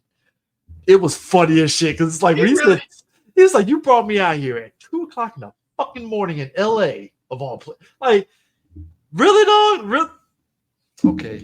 I was like, this is the best. Like this is the best you got. You're not gonna tell me nothing else. Why am I here? It's like, why the fuck am I here? Is you really enjoy wasting my fucking time, don't you? I was like, Ricky Harris was about to have probably the worst week after that point. Bro, but that's his character. That's Vincent in a nutshell. It's like he's just very straight to the point. Even when he rolled up on Ricky, before he told him about everything, he's just looking at him like, I can shoot you right now, but I don't want the paperwork, so you're gonna have to exactly. Like, what are we doing here? And that's why I like McKelty Williams and being behind him. Like, bro, I paged you like 8 times. I don't like paging people. So I hate that shit. I know it's my job, but I hate this shit. It's like, I hate paging. It's like, nigga, pick up the phone. Call. Did you forget it's 1995? So yeah, paging was a thing, kids. It was. Because the thing is, you pay somebody, you gotta wait for them to respond back. And if you're black and you had a pager, the cops think you're a drug dealer and then you get pulled over. Racism. Gotta love it. Like how this episode has turned into, we talk about heat and then we dabble in racism and then we get back to I mean, I'm just saying, like, it's the timing. It's the timing. It's the time. No, but I'm saying it's the timing. But just even the moment of Pacino and Ricky talking to each other, I was like, a little racial tension here a little bit, but I can't quite. I don't think it's racial tension. I would say no. Yeah, I know. It's just Pacino just really being about his job. But Tone Loc, though. I laughed at Tone Loc. Even in this movie, he's being Tone Loc, and I'm fine with it. It's like, oh, cool. Let's be real, dog. It's Tone Loc. Tone Loc, especially in the 90s, Tone Loc is Tone Loc in everything. Surf Ninjas. This is peak Loc. Peak Loc. Peak Loc. Top tone, if you will. Sir, that's the line of Surf Ninjas. Brothers don't surf. Like, let's get back to the hood. I ain't never gonna be able to live there. I still feel that ruined his career, and we just don't want to admit it. Surf Ninjas? Him saying brothers don't surf. We were like, we love that line, and Tone like, y'all niggas know I can't get a job after that. Like he paints a dark pitch era of his life. I'm interviewing Tone Loc. I interviewed Tone Loc, and I'm looking at Aris when Tone Loc says that shit. Aris looking at me like, no. Aris has the Willem Dafoe smiling crazy. I call it Jesus Christ, where it's like, Jesus Christ, like holy shit. That was Aris when Rico sat there and said his dream like what is it? Cool, Mr. Logan. What do we do? Why do we ask him that question? Sir, that was Aris when Johnny Rico literally said 3 Black Kings. Is that racist? I swear to God, that was Aris in the moment. I was like, dude. To hear Casper Van Dien of all people ask about something being racist. I was trying to protect his name, sir, for a second here. Oh, I don't care. I don't care. It's been years. It's been years. White man by the name of Juan Rico. Johnny Rico. No, for me, I legit had the Negan look of when he was talking with Carl. You know that you've seen the meme before Nah, man. But my thing is this, oh damn, holy hell. Kid. But nah, man, it's just kind of crazy. Like the Tom Sizemore, what I love about him is he knows how to play like crazy white guy. So when they're in the bar, when they're in the restaurant, right, and they're sitting at the table with Waynegro's out here eating his fucking pancakes and shit, and Tom Sizemore looking at him like, you fucked us. Like, that look like people give where they want to fucking punch you in the face, but they can't because reasons and shit. That's the look that he gave him after that heist. And I was like, perfect. Tom Sizemore is the guy to do that kind of face and visual look. This works. He's going to keep the quality. He's going to keep the quality of this place up, guys. Hey, that look he gave that fucking white trucker that was looking at him after he bashed his face on the table and shit. He just looked over like, okay, I'll just keep reading the LA Times here and didn't see I'm gonna that. go back to my WWF magazine and not. You know when you do a heist and when you unnecessarily kill 3 people. My man told them that, yo, we just blew the door. They lost their hearing. They can't hear. They're in a daze. Chill. He told them to chill. And this man really thought that they were going to pull a gun out. I'm like, my man really said he made a move. He was going to make a move. I'm like, here's my problem. Y'all should have shot that nigga when he did that shit. Yeah. Well, just have. I mean, well, yeah, he would be. I mean, it would be. It would. like this behind, but no. But if you really think about it, no, you're right, D. Because I think if they kill Waingro, the police would have just been like, well, I guess he's part of some crew or whatever, and maybe that would have probably threw him off the scent. Maybe. Especially when you consider how much of a game of cat and mouse De Niro and his crew were playing with the cops. Because think about it, they went out to a freaking like to a shipping yard, and they're just like De Niro's going, you know, this is over here, that's over there, this is over here, that's over there, and they're just playing this whole thing up, and they're like, all right, let's go ahead and break. Yeah, this right here, of him just pointing out random shit. Cops is like, all right, let's go in for a closer look. Let's try to track these guys. They get to where they were and say, okay, we got a shipping yard, an oil refinery, and something else. Like, what the hell are these guys doing here? Like, what are they doing? Oh man, that scene was perfect. And Pacino, oh Lord, I got to give his character points for being this intelligent, because he goes, "You want to know what they were looking for? Us. We just got made." Oh, because you remember? Oh, these guys are good. Oh yeah, because previous scene, they were staking them out at the restaurant. They were at the hibachi grill with the family and shit, and then like. It was like, all right, cool. Now we know where to go. And like I said, as soon as my man tripped up in the fucking truck, that's when De Niro was like, huh. I was like, nah, abort. Okay. Abort. No, stop it. Stop. We're like, dog, because we got eyes on him. We can go in there right now. No. Because if we walk out. No, I'm sorry. I was gonna say, first of all, they even tried to take him. You know, you got Captain Gung Ho over here saying we can take him right now. Like, B&E for B&E, man. He's like, for a B&E, they'll be out in like they'll be out in 6 months. Yeah. Like, they'll barely do 6 months, and they'll be out of it. Barely that.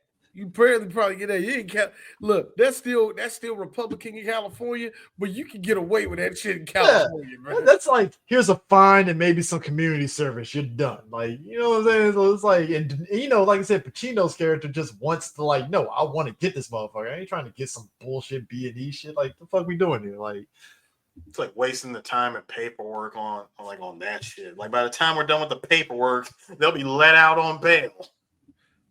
De Niro's character falls in love with a quirky white woman who works at a bookstore and also does OG 95 graphic design. She's actually worked on a couple of album covers. I understand the Dewey Decimal System. All you had to say was, you can't make my dick so hard, honey. Calm down. That's this though. Okay, I've been to LA like maybe a couple times.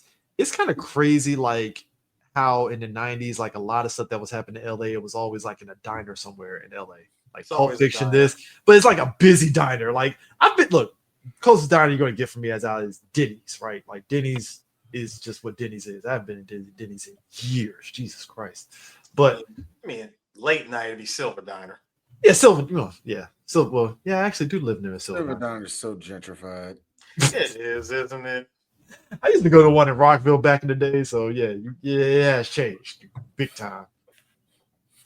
So yeah, but you know, you mentioned that before because they are actually sorry, much like delis in the Midwest, there are a lot of diners in LA, a whole lot of diners in LA. Yeah, so. I mean, and the East that Coast doesn't surprise me, especially in the 90s where they still had the 50s, 1960s looking diners that still existed back in the 90s. So that kind of don't surprise. Busy diner looking at metals books, and that's how they bond because she's seen them come into the bookstore multiple times over a period of time, and just she did something very rare in the 90s. Shot her shot. Yes. And then De Niro, being the cautious De Niro that he is, why are you talking to me? It's like, okay, for 5 seconds he was like that. All right, he for was 5 seconds. For 5 seconds he was like that. Then when you realize, okay, let me let my guard down for a second, little lady. Okay, you got sorry. He said, like, I'm sorry. I didn't Neil. know you. My name is Neil. I mean, come on, man. You're a professional thief. The last thing I need to be doing is giving up personal information unknowingly to the ops. See, young white guys, that's how you talk to women. You apologize, and then you say, "Hey, that's my name." Dude, but hey, I understand that. And I'm willing to do something. But I believe it's a man's right to tell a woman what to do. Just as simple as that. If if you wouldn't need an abortion if you want to be a whore. Like, take this shit off. God damn it. It's the 90s. It's the 90s. Toxic masculinity wasn't even called toxic masculinity. It was just masculinity. It was called being a man. It was just called being a man. No, but that's what I'm saying with him, with Neil. Like, there is something interesting about slut. But there is something interesting about Neil is this professional tough guy, and he is just unguarded. Like, oh, okay, cool. All right, cool. That's what it is and stuff. He let his guard down, like Sue said, and it's he's a regular person. He ain't just a Spartan person. Hey, here's a tip for all you ladies out there from D. For D. No, chick, I don't want to be with you. You're a Leo, are you? Yes, I am. Ladies, real basic with these. It's not even an all the way NBA cross up. It's just one yank. It's just a hezzy with D. That's all D almost got with Jill Scott. Oh man, folded. Look at that. Folded. She said she liked drinking. But my man said, she said, sounds like you get lonely. I don't want to be lonely. Fuck her. Go. Yeah! Hold up. Can I ask y'all something? Mm-hmm. The balcony scene between De Niro and the homegirl. Did that look blue screenish to you? Just a bit, yeah. It did. It looked like they weren't even there. That was on the studio set somewhere. That had to have been a studio. A curtain up. That feels like man. That looked like colorful studios. I mean, it's kind of interesting because I felt like when it got to the scene where they were in a helicopter, at night, Dee mentioned earlier when he was getting, catching up with De Niro, it felt like they just got B-roll shots of, all right, we're gonna get B-roll and helicopters flying in the air, but Pacino's actually in the studio, looking like he's in a helicopter kind of thing, maybe. Yeah. That's what it looked like. Yeah. But it's those moments. It doesn't really deter from the movie. It's just that looks very blue screen. All right, cool. That's fine. I will say this, that might be because of technology with Blu-ray and high definition possibly too. That while it is a possibility, it still just looked kind of artificial to me. I mean, that's real. I like how Pacino kind of sort of reconciles with his wife because of Natalie Portman's. His daughter ended up almost ODing. No, that wasn't OD, bro. That was a straight wrist. Oh yeah, suicide. I don't know why I thought OD. Damn, I'm tripping. But just that was the thing that oh boom, he's there. I guess, and that repairs the. I mean, I guess traumatic situations will tend to unite people. That makes sense. That's usually how it goes, especially in Hollywoodville. She tries that, she asked the question of, do you think there's going to be any reconciliation for us? I wish I could say yes. I'm not what you go. I'm not what you're after. I gotta go. I gotta go to the office.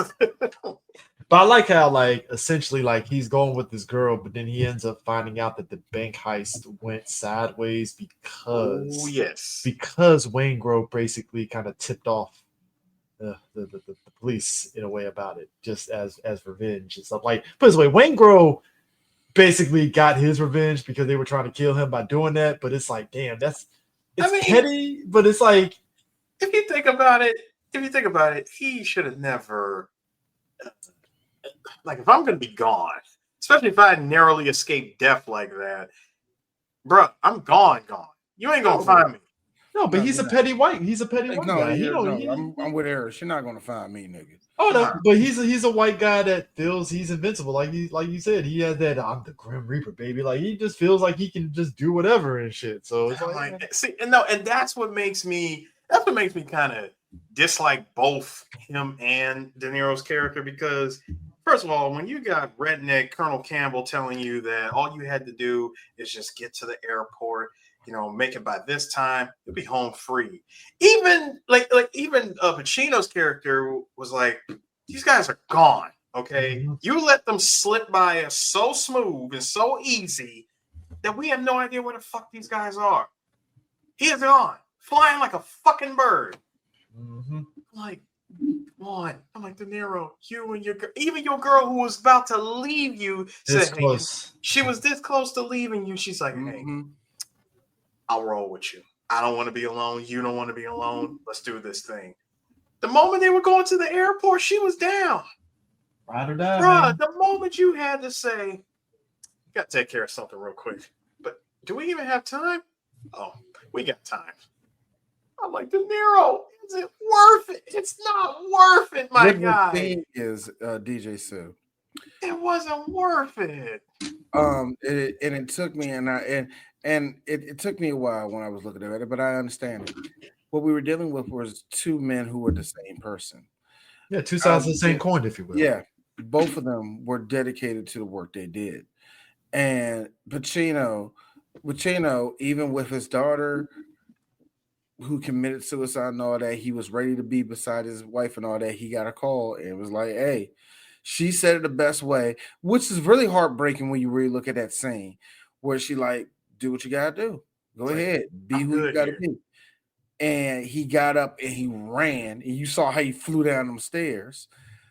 She was there just by herself, just like, I really can't have him.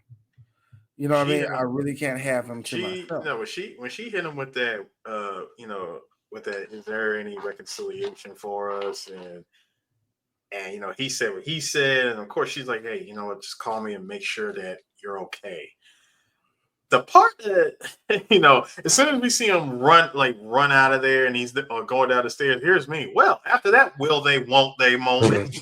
Yeah, it is a big will they, won't they. And it's one of those things that, like, yeah, you got to really think about it. Does she want to really continue having that where she really can't be with her husband? And the real scary part about that is, what if you die?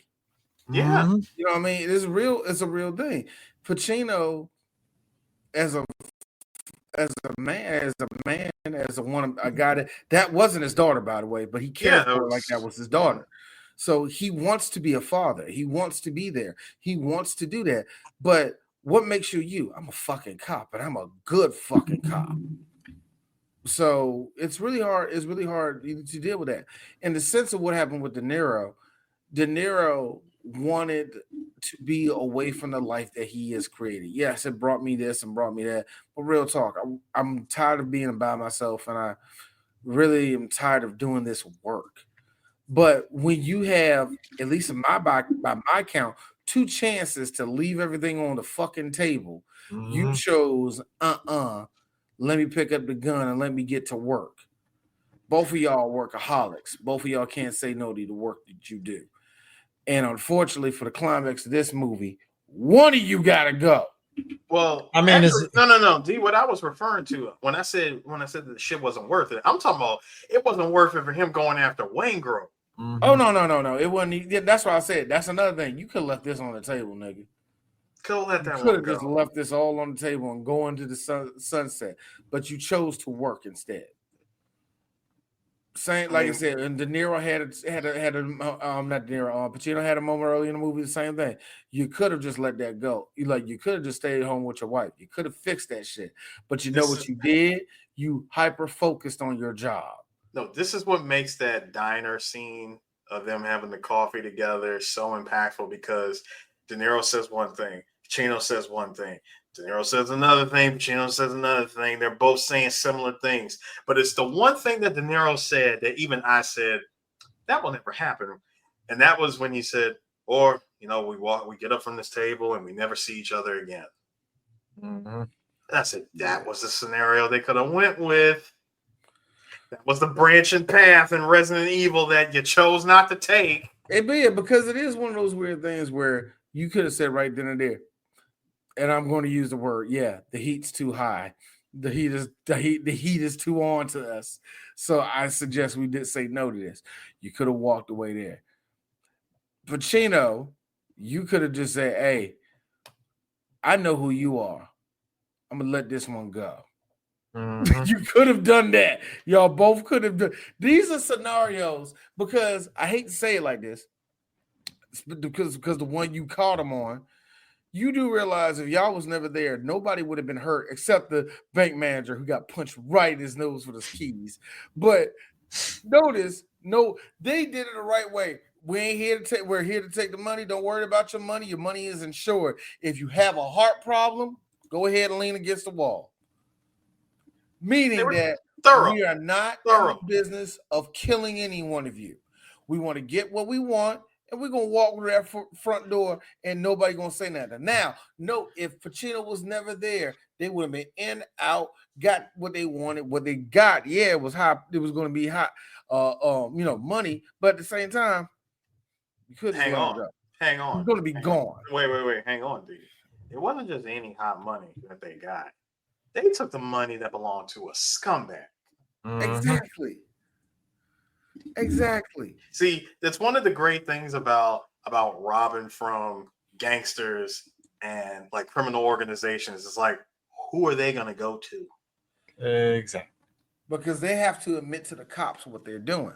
Exactly. In real talk, some of them are like, we hear Evico kill children every day and we make money off of it. Now go find my goddamn money. And the cops go, we're going to circle back to that, but we're going to get them. Look, hey. Here's a pin. I'm putting it in there. Put a pin in that real quick. Put a pin in that and come back to that later. I'm going to ignore that, but I'll get a lawyer to see about that, because we're coming back. And we're getting subpoenas and everything. I am giving you a 3-day head start. I'm coming back. I am coming back with warrants, subpoenas, and all kinds of shit in between.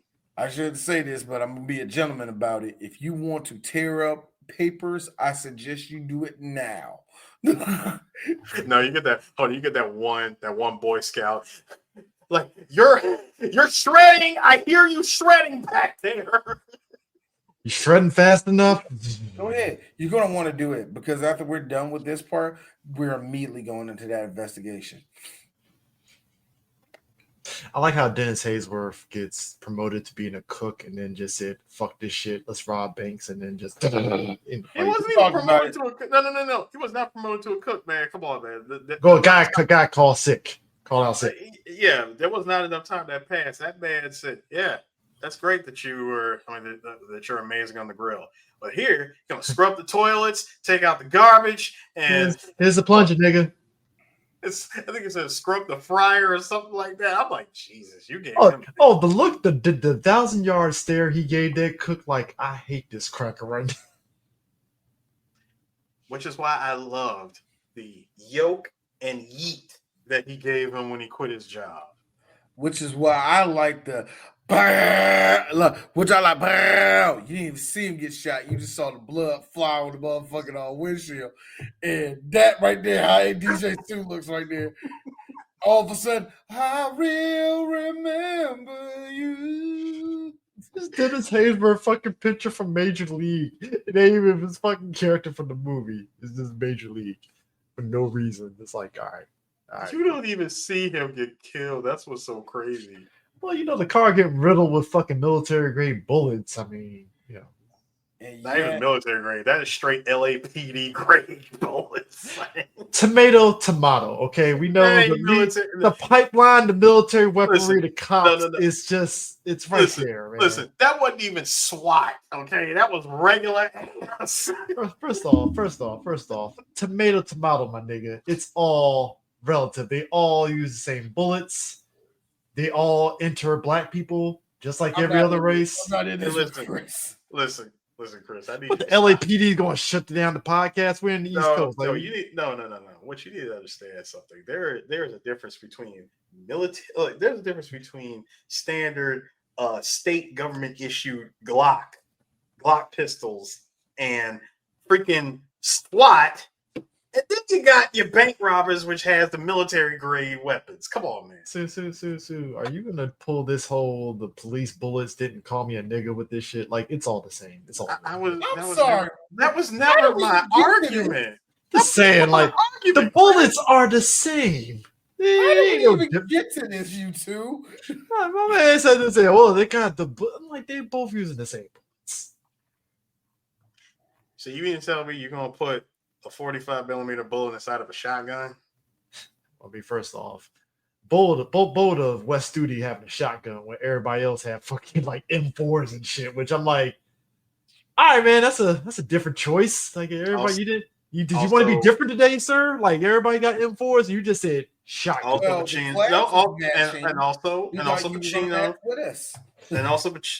Pacino running all up and down Main Street. No armor, no nothing. His boys got armor. Running.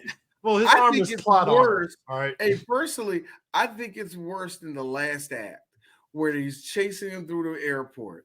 And I'm thinking, number one, you lost De Niro 3 times. Ain't no way in the world you still caught up with this motherfucker. And then the best part, nobody else seen y'all on this little chase that y'all did. Then made it even better. Homeboy, he ran across like a random squad car cop and said, "Let me get that shotgun." Shotgun perk activated. Hey, look, we talking about this. Shotgun perk. Hey, we It's talking a about random shotgun. Hey, we talking about Dennis Haysworth being shot up, man. Look, man, that crew lit up all them fucking LAPD cars that came roll up in there. Oh yes, the crossroads. Yes, this my Uncle Charles, y'all. 2 fingers in the head. Thank you. Cops are using like 5.56, criminals at 7.62. All right, fair. Bullet sizing, sir. Bullet sizing. Hey, check out the gun nuts over here. Well, this post Trump NRA society. The NRA is for blacks too. No, it ain't. You say, look, CJ. You say Trump's America. I'm like, hey, look, I have military parents. I'm sorry. I had military parents, help military family, ROTC, and I just happened to read a book on munitions. Just saying. No. Here's what didn't kill me. I love older black people that told us to get a gun, to get guns to protect ourselves, but they always try to go through the right. See, what you need to do is join the NRA, nigga. No, I have had so many older black men who try to inform me and tell the importance about protecting yourself, and I believe that. I don't like having a gun. I don't want to have a gun around because I got kids, but I understand the very importance about protecting yourself as an individual. All the rest of that shit. But with older black men, especially those that have served Desert Storm on the back, they have this knack of telling you that you got to join the NRA. And I remember telling one, I'm never going to do that. He said, that's where you mess up. I'm like, nigga, they still going to kill me. Philippe, who is it? Mr. Castillo, the one who died. He was a member of the NRA. And they said, come with a gun. It was the black people. It was always the black people the whole time. That is why you get yourself a nice safe, hide your weapon there, open said safe when the time comes, and then you huddle yourself up in the attic. Well, and then you can, you too can become Reggie from Bad Boys for Life. Hey, I'd be about that action. Yeah, nigga wick.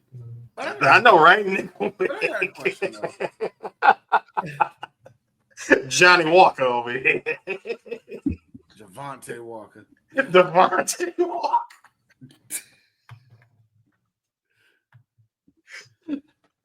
I like how we just named a better character than Common's character in John Wick 2. Ain't that a bitch? Yes.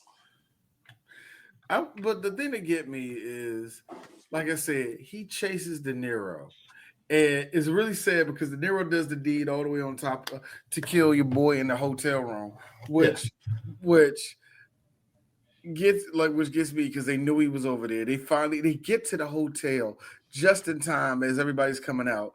And of course, because it's a movie, De Niro looks in the direction and sees homegirl in the car. Now, he didn't know who she was, but it was more of, why are you just right there with your car with all this chaos?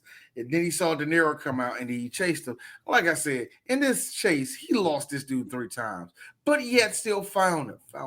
And they run across the airfield and everything. That's the shit that got me. They ran across a whole goddamn airfield to the point where I think they on the tarmac, just old white man running, and then they finally get to passing big ass hangars and shit. Yeah, and they finally get to a mosque where it's like you can barely see each other, but they shoot and they finally have their moment. There's nothing left. Like Pacino drops a shotgun, takes out his 9, and finally gets him out there. But because it's a Michael Mann movie, when you see De Niro get shot, he just sits there, and then you got Pacino finally standing there. Now I get it. No. Wait, hold on. Wait, D, hang on. No, it's the best. No, you missed the best part of that shot. He manages to get that first shot off on him, right? Yeah. It's when you see the jet fly over them and the lights flash and it's directly on De Niro, and the way the camera did that fast zoom on Pacino as soon as he turned. Just to take that them other shots at him, I was like, okay, this is a cool shot. I always love that part of the movie. But yeah, it is actually a cool shot. But when we get that long shot where it's like that widescreen shot, the wide shot. Then when it's like movie, I get it. He accomplished it, and he accomplished his goal. And it's not to what end, but it's more of now what. No, because he did say no. Because he told him. He said, "I told you, I was never going back." Mm-hmm. It was just a subtlety of him saying, "I'm never going back to prison," meaning you are going to have to kill me. Yeah, actually, good pickup, Eric. Yeah, you're going to have to fucking kill me. Yeah, because again, like I said, that conversation that they have in that diner is so important, so pivotal to this movie that they're literally telegraphing and foreshadowing the third act for you. Yeah. I mean, like I said, it's just that Vincent finally kills Neil and he ends up holding his hand like, stay with me when I die. Like, he took his hand and he's like, yeah, you're right. You weren't going back. And at the same time, I did say that I am going to take you down. 2 people dedicated to their work. And one a Michael Mann film. Oh, no, wait, D. 2 people dedicated to their work in the most unnecessary way possible. All of this could have been completely avoided. I'm just saying. And D's going to put it out there. Especially one more than the other. Neither getting pussy tonight. Well, one way more than the other. But you know what I mean. We already know the consequence. I mean, yeah. Amy Brenneman played Edie. Mhm. I gotta say, so sis. So you just left at the airport with the dead man's car, huh? I mean, So cost some money in the car too. well, let me ask this. Outside of you possibly quitting to run away with him, uh, how's that graphic design job with Arista Records going? Gotta be honest with you. I'm pretty sure she went back to the bookstore the Oh next yes, year. she did. Pretty sure. It is back to Barnes and like Barney's and Nobley for you, nigga. Barney's and Nobly. Out here sitting up there talking to her damn girlfriends, talking about, yeah, that's the last time I pick up a guy at a coffee shop. Like, Diner. My bad. Not a Starbucks Reserve, sir. This is a diner. A diner called I don't know. Chappies. Like Chappies on 21. That's the last time I would ever do this shit. This shit is done, man. Like, just like I said, out of everyone that got taken out, Kilmer's the only character that got away. Yeah. I mean, because at this point, I think the FBI was just not FBI. Yeah, it was FBI. Yeah, FBI was just chilling at the girl's house. I'm like, how long is the FBI gonna really sit there thinking that Kilmer's gonna come back before they just stop and give up? That was not the FBI. FBI had nothing to do with this movie. Okay, I don't know why. It was all LAPD. Well, I kept thinking it was the FBI because of the people involved. Because you remember when they were reading off their rap sheet and stuff, a couple of them got tapped by the FBI in some way. Some of them were, but like the whole movie was all LAPD. Okay. And remember, De Niro's character pretty much ran this huge ass task force.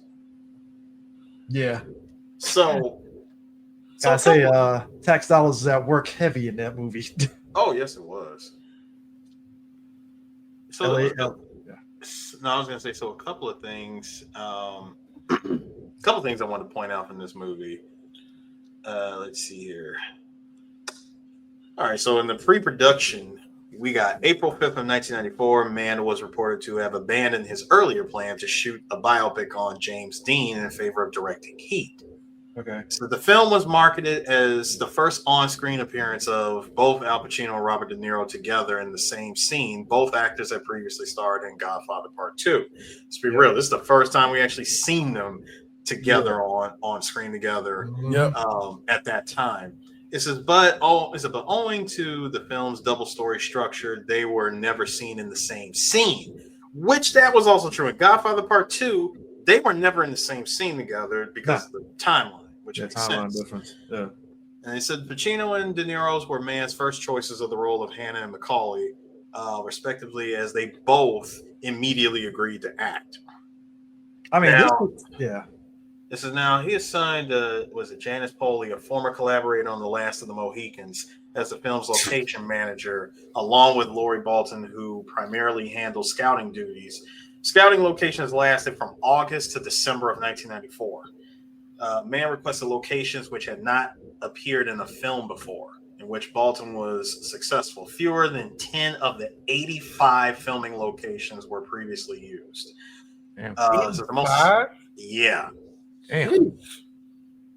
The most challenging shooting location proved to be the Los Angeles International Airport, with the film crew almost missing out due to the threat of but the film crew almost missing out due to a threat to the airport by the Unabomber. You mean to tell me Ted Kaczynski had may have stopped filming of this movie because of Ted Kaczynski? Yep. The Unabomber. Also, get this. On the DVD commentary, Mann noted that it would be impossible to film the airport climax in the same way following the events of 9/11. Oh, No, of by course the way, not. I was saying that when I was looking at it, I was like, this pre-9/11 airport, like, dog, man, running around the way they did. So So De Niro was cast as the first member to receive the film script, showing it to Pacino, who also wanted to be in part of the film. De Niro believed that Heat was a very good story and had a particular feel to it, a reality and authenticity. In 2016, Pacino revealed that he viewed his character as having been under the influence of cocaine throughout the whole film. I'm sorry, what? Pacino revealed in 2016 that he viewed that his character as having been under the influence of cocaine throughout the whole movie. Okay. So, Mann took Kilmore, Sizemore, and De Niro to Folsom State Prison to interview actual career criminals to prepare for their roles. While researching her role, Judd met several former prostitutes who had become housewives. Ashley, come here. We're going to have you talk to these ex-hookers.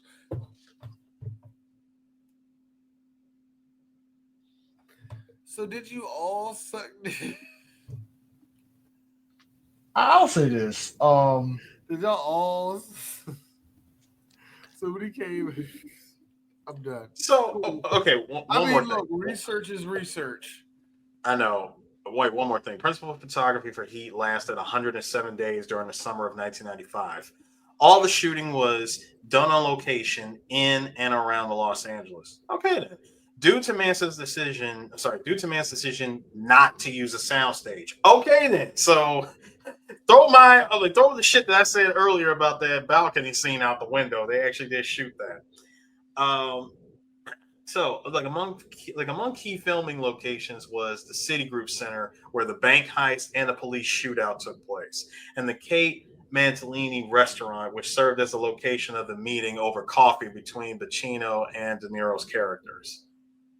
That location is not there anymore. Yeah, yep, that restaurant closed June 14th of 2014. I mean, there's a lot of those. It's kind of crazy. Like a lot of the restaurants and stuff and places in LA, like some of them are still active. So it isn't surprising that some of those other places just got shuttered. Yeah, changing times. You know that for sure. I mean, but nah, man. So it said both Al Pacino and De Niro prepared extensively for their roles. They spent time with real detectives and criminals to understand their characters in depth. They said the diner scene between De Niro and Pacino was shot with minimal rehearsals to maintain the spontaneity and intensity of their interaction. Mann used multiple cameras to capture the scene from different angles, focusing on close-ups to highlight the tension and subtleties of each actor's performance. This came out before Christmas, and yep. Crazy that Jumanji beat it out, but not really shocking because Jumanji was like this huge hit. But you had Toy Story. Yeah, it came. Toy Story. No, sorry. I was gonna say it came out December 15th. Yep. So, yeah, you're talking like Jumanji, Toy Story. You had Heat, Father of the Bride Part 2. I forgot they made a Part 2 of that. Sabrina, the Harrison Ford movie, GoldenEye, The American President, Casino. Wow. Mm-hmm. Ace Ventura, When Nature Calls, and Money Train. Hey, look, check this out, y'all. Imagine how different this movie would have been. Imagine how different this movie would have been, y'all. Mann wrote the original script for Heat in 1979, basing it on Chicago police officer Chuck Adamson's pursuit of criminal Neil McCauley, whom after whom De Niro's character is named. The script was first used for a television pilot developed by Mann, which became the '89 television film LA Takedown. Yep. After the pilot did not receive a series order, in 1994, Mann revisited the script to turn it into a feature film, co-producing the project with Art Linson. The film marks De Niro and Pacino's first on-screen appearance together. I mean, look, that was like the crossing of streams here. I mean, think about it like this. To see Pacino and De Niro in a movie where they're actually acting against each other, that was a big fucking deal. The fact that when this first came out as LA Takedown and then revisited again and it became the movie Heat is dope. I mean, look, think about it like this. It's like watching two actors that you wanted to see in a movie together finally. It's kind of like when we saw fucking Arnold Schwarzenegger and Sylvester Stallone in the same movie together finally and stuff. It was like a huge fucking deal. Hell, you even look at fucking not great movie that it was, Jackie Chan and Jet Li in the same fucking movie. Oh, okay. I know. Look. No. I was just no. I mean, no. You're entitled to your opinion about Forbidden Kingdom, but I don't know. I look at that movie as just being dumb fun. No. Dumb. It's dumb fun, but I'm just saying. But just overall, though, like just seeing the crossovers of two of your favorite actors be in the same movie is always fun to see. Oh yeah. So when you see Pacino and De Niro, it's like, yo, this is actually dope as shit. I'm kind of wondering, are we ever going to get like a black version of that, or have we already had it already? Because I mean, Will and Martin is probably the closest. Will and Martin was one. No, we did get the other one. Remember, we kept asking for it, and we finally got it. Of what's his name? Freeman and Sam Jackson were in the same. Oh shit! Yeah, fucking Hitman bodyguard, Hitman wife's bodyguard. I did have, you know what? I ain't gonna lie. I did have a moment of wondering when they would ever cross over. So when that movie happened, I was like, okay, that actually works. That's actually pretty fun. Like all of us felt like we got a freaking Xbox achievement or a gold PlayStation trophy. I mean, you think about, but we look at Heat like back then. This was like the film snob jerking themselves off, like, oh, Pacino and De Niro. 100%. Especially when you look at who all was in it, and it was literally a who's who of actors. Oh, Trey got it right. Yep. Yeah, it was the nerd. Yes, the film nerd version of Capcom versus SNK. Yeah, I mean, it's kind of like when it's kind of like how you guys know how much I love to watch these old Hong Kong action films, and I point out the actors that's in it. I'm like, bro, this is like either 89 or 93 or 95 when these guys weren't even super popular in America yet. They were relatively unknown. Think about it like this: Robin Shaw and Donnie Yen actually fought each other in a movie. Yeah, I did not fucking know it till I saw it, and I was like, "Holy shit, this is like a gold mine right here." Robin Shaw and what's his name, Gordon Liu were in the movie together. Yeah, it's just one of those things. Like, damn, that's great. So, yeah, this is definitely one of those. This is definitely one of those movies that's a classic. I think people should definitely check it out if you can. Like I said, get it on 4K, Blu-ray. It's on Paramount Plus if you got the app. Yeah, it's out there. Definitely grab the movie Heat for sure. Michael Mann put his ankle in it, so we can only hope that we get the sequel, and how much of it they're going to reference from the book is going to be used, because I went through the cliff notes of it. Oh, it's a solid story because of course what's his name, Kilmer's character. He's pretty much the main character throughout the whole movie, throughout the whole story. Oh, so they want so apparently he too. I forgot because Austin Butler is going to play the Val Kilmer character. So that might be interesting, especially if they're doing that whole like prequel sequel kind of vibe with them. So looking at Austin Butler, he does look like he could pull off the Val Kilmer look anyway. So it's like, all right, disheveled white guy, that works. Well, remember he's pulling off the Batman Forever haircut. Yeah, Batman Forever. Yeah, Batman Forever. He went from rocking the man with the freaking costume hero Miller from Metal Gear. Snake. He was really rocking that shit with the ponytail and everything. I was like, bro, this man is Master Miller. Val Kilmer is Master Miller in this movie. I'm sorry, man. Look, the Snake really came out there with the one arm. I'm sorry, Master Miller really had fucking that boy's dead body in the corner and just took his glasses, put it on.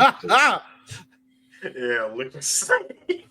Really did. It's like, goddamn, man. Like, well, if you go off of the ending to what was it, to freaking Phantom Pain, I would say the one that really killed him was actually Ocelot. Yeah, true. Yeah. What's our next movie, D? What's our next movie? We'll be going over to London, and we're going to be going to Guy Ritchie's first big film, which is Lock, Stock, and Two Smoking Barrels. This is also the first movie that Jason Statham was starring in, and this is also the big debut of Vinnie Jones in the movie also. Everybody else are kind of, I would say, kind of known actors in England. No one that we really know outside of probably Nick Moran. But outside of that, like it's the story. Eris, and I'm saying Eris because I know Eris is going to love 3 people in this movie. He's going to absolutely love them. But put it to you this way: there's a dude that runs a porno shop that holds. Stop! Don't put your. This is a scary white man. Okay. No. I'm putting the thumb up for. Okay, that's one.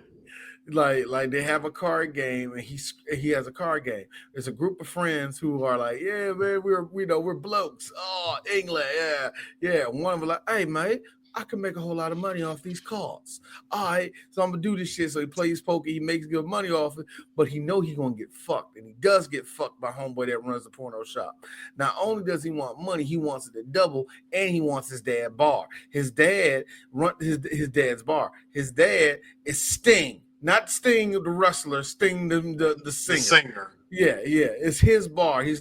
Sting only has like three lines in it, but he's like intense for no fucking reason. So they're like, we gotta do something. Hey, what do those dudes do beside it? Like, what are those gangsters that live beside us? What do they do?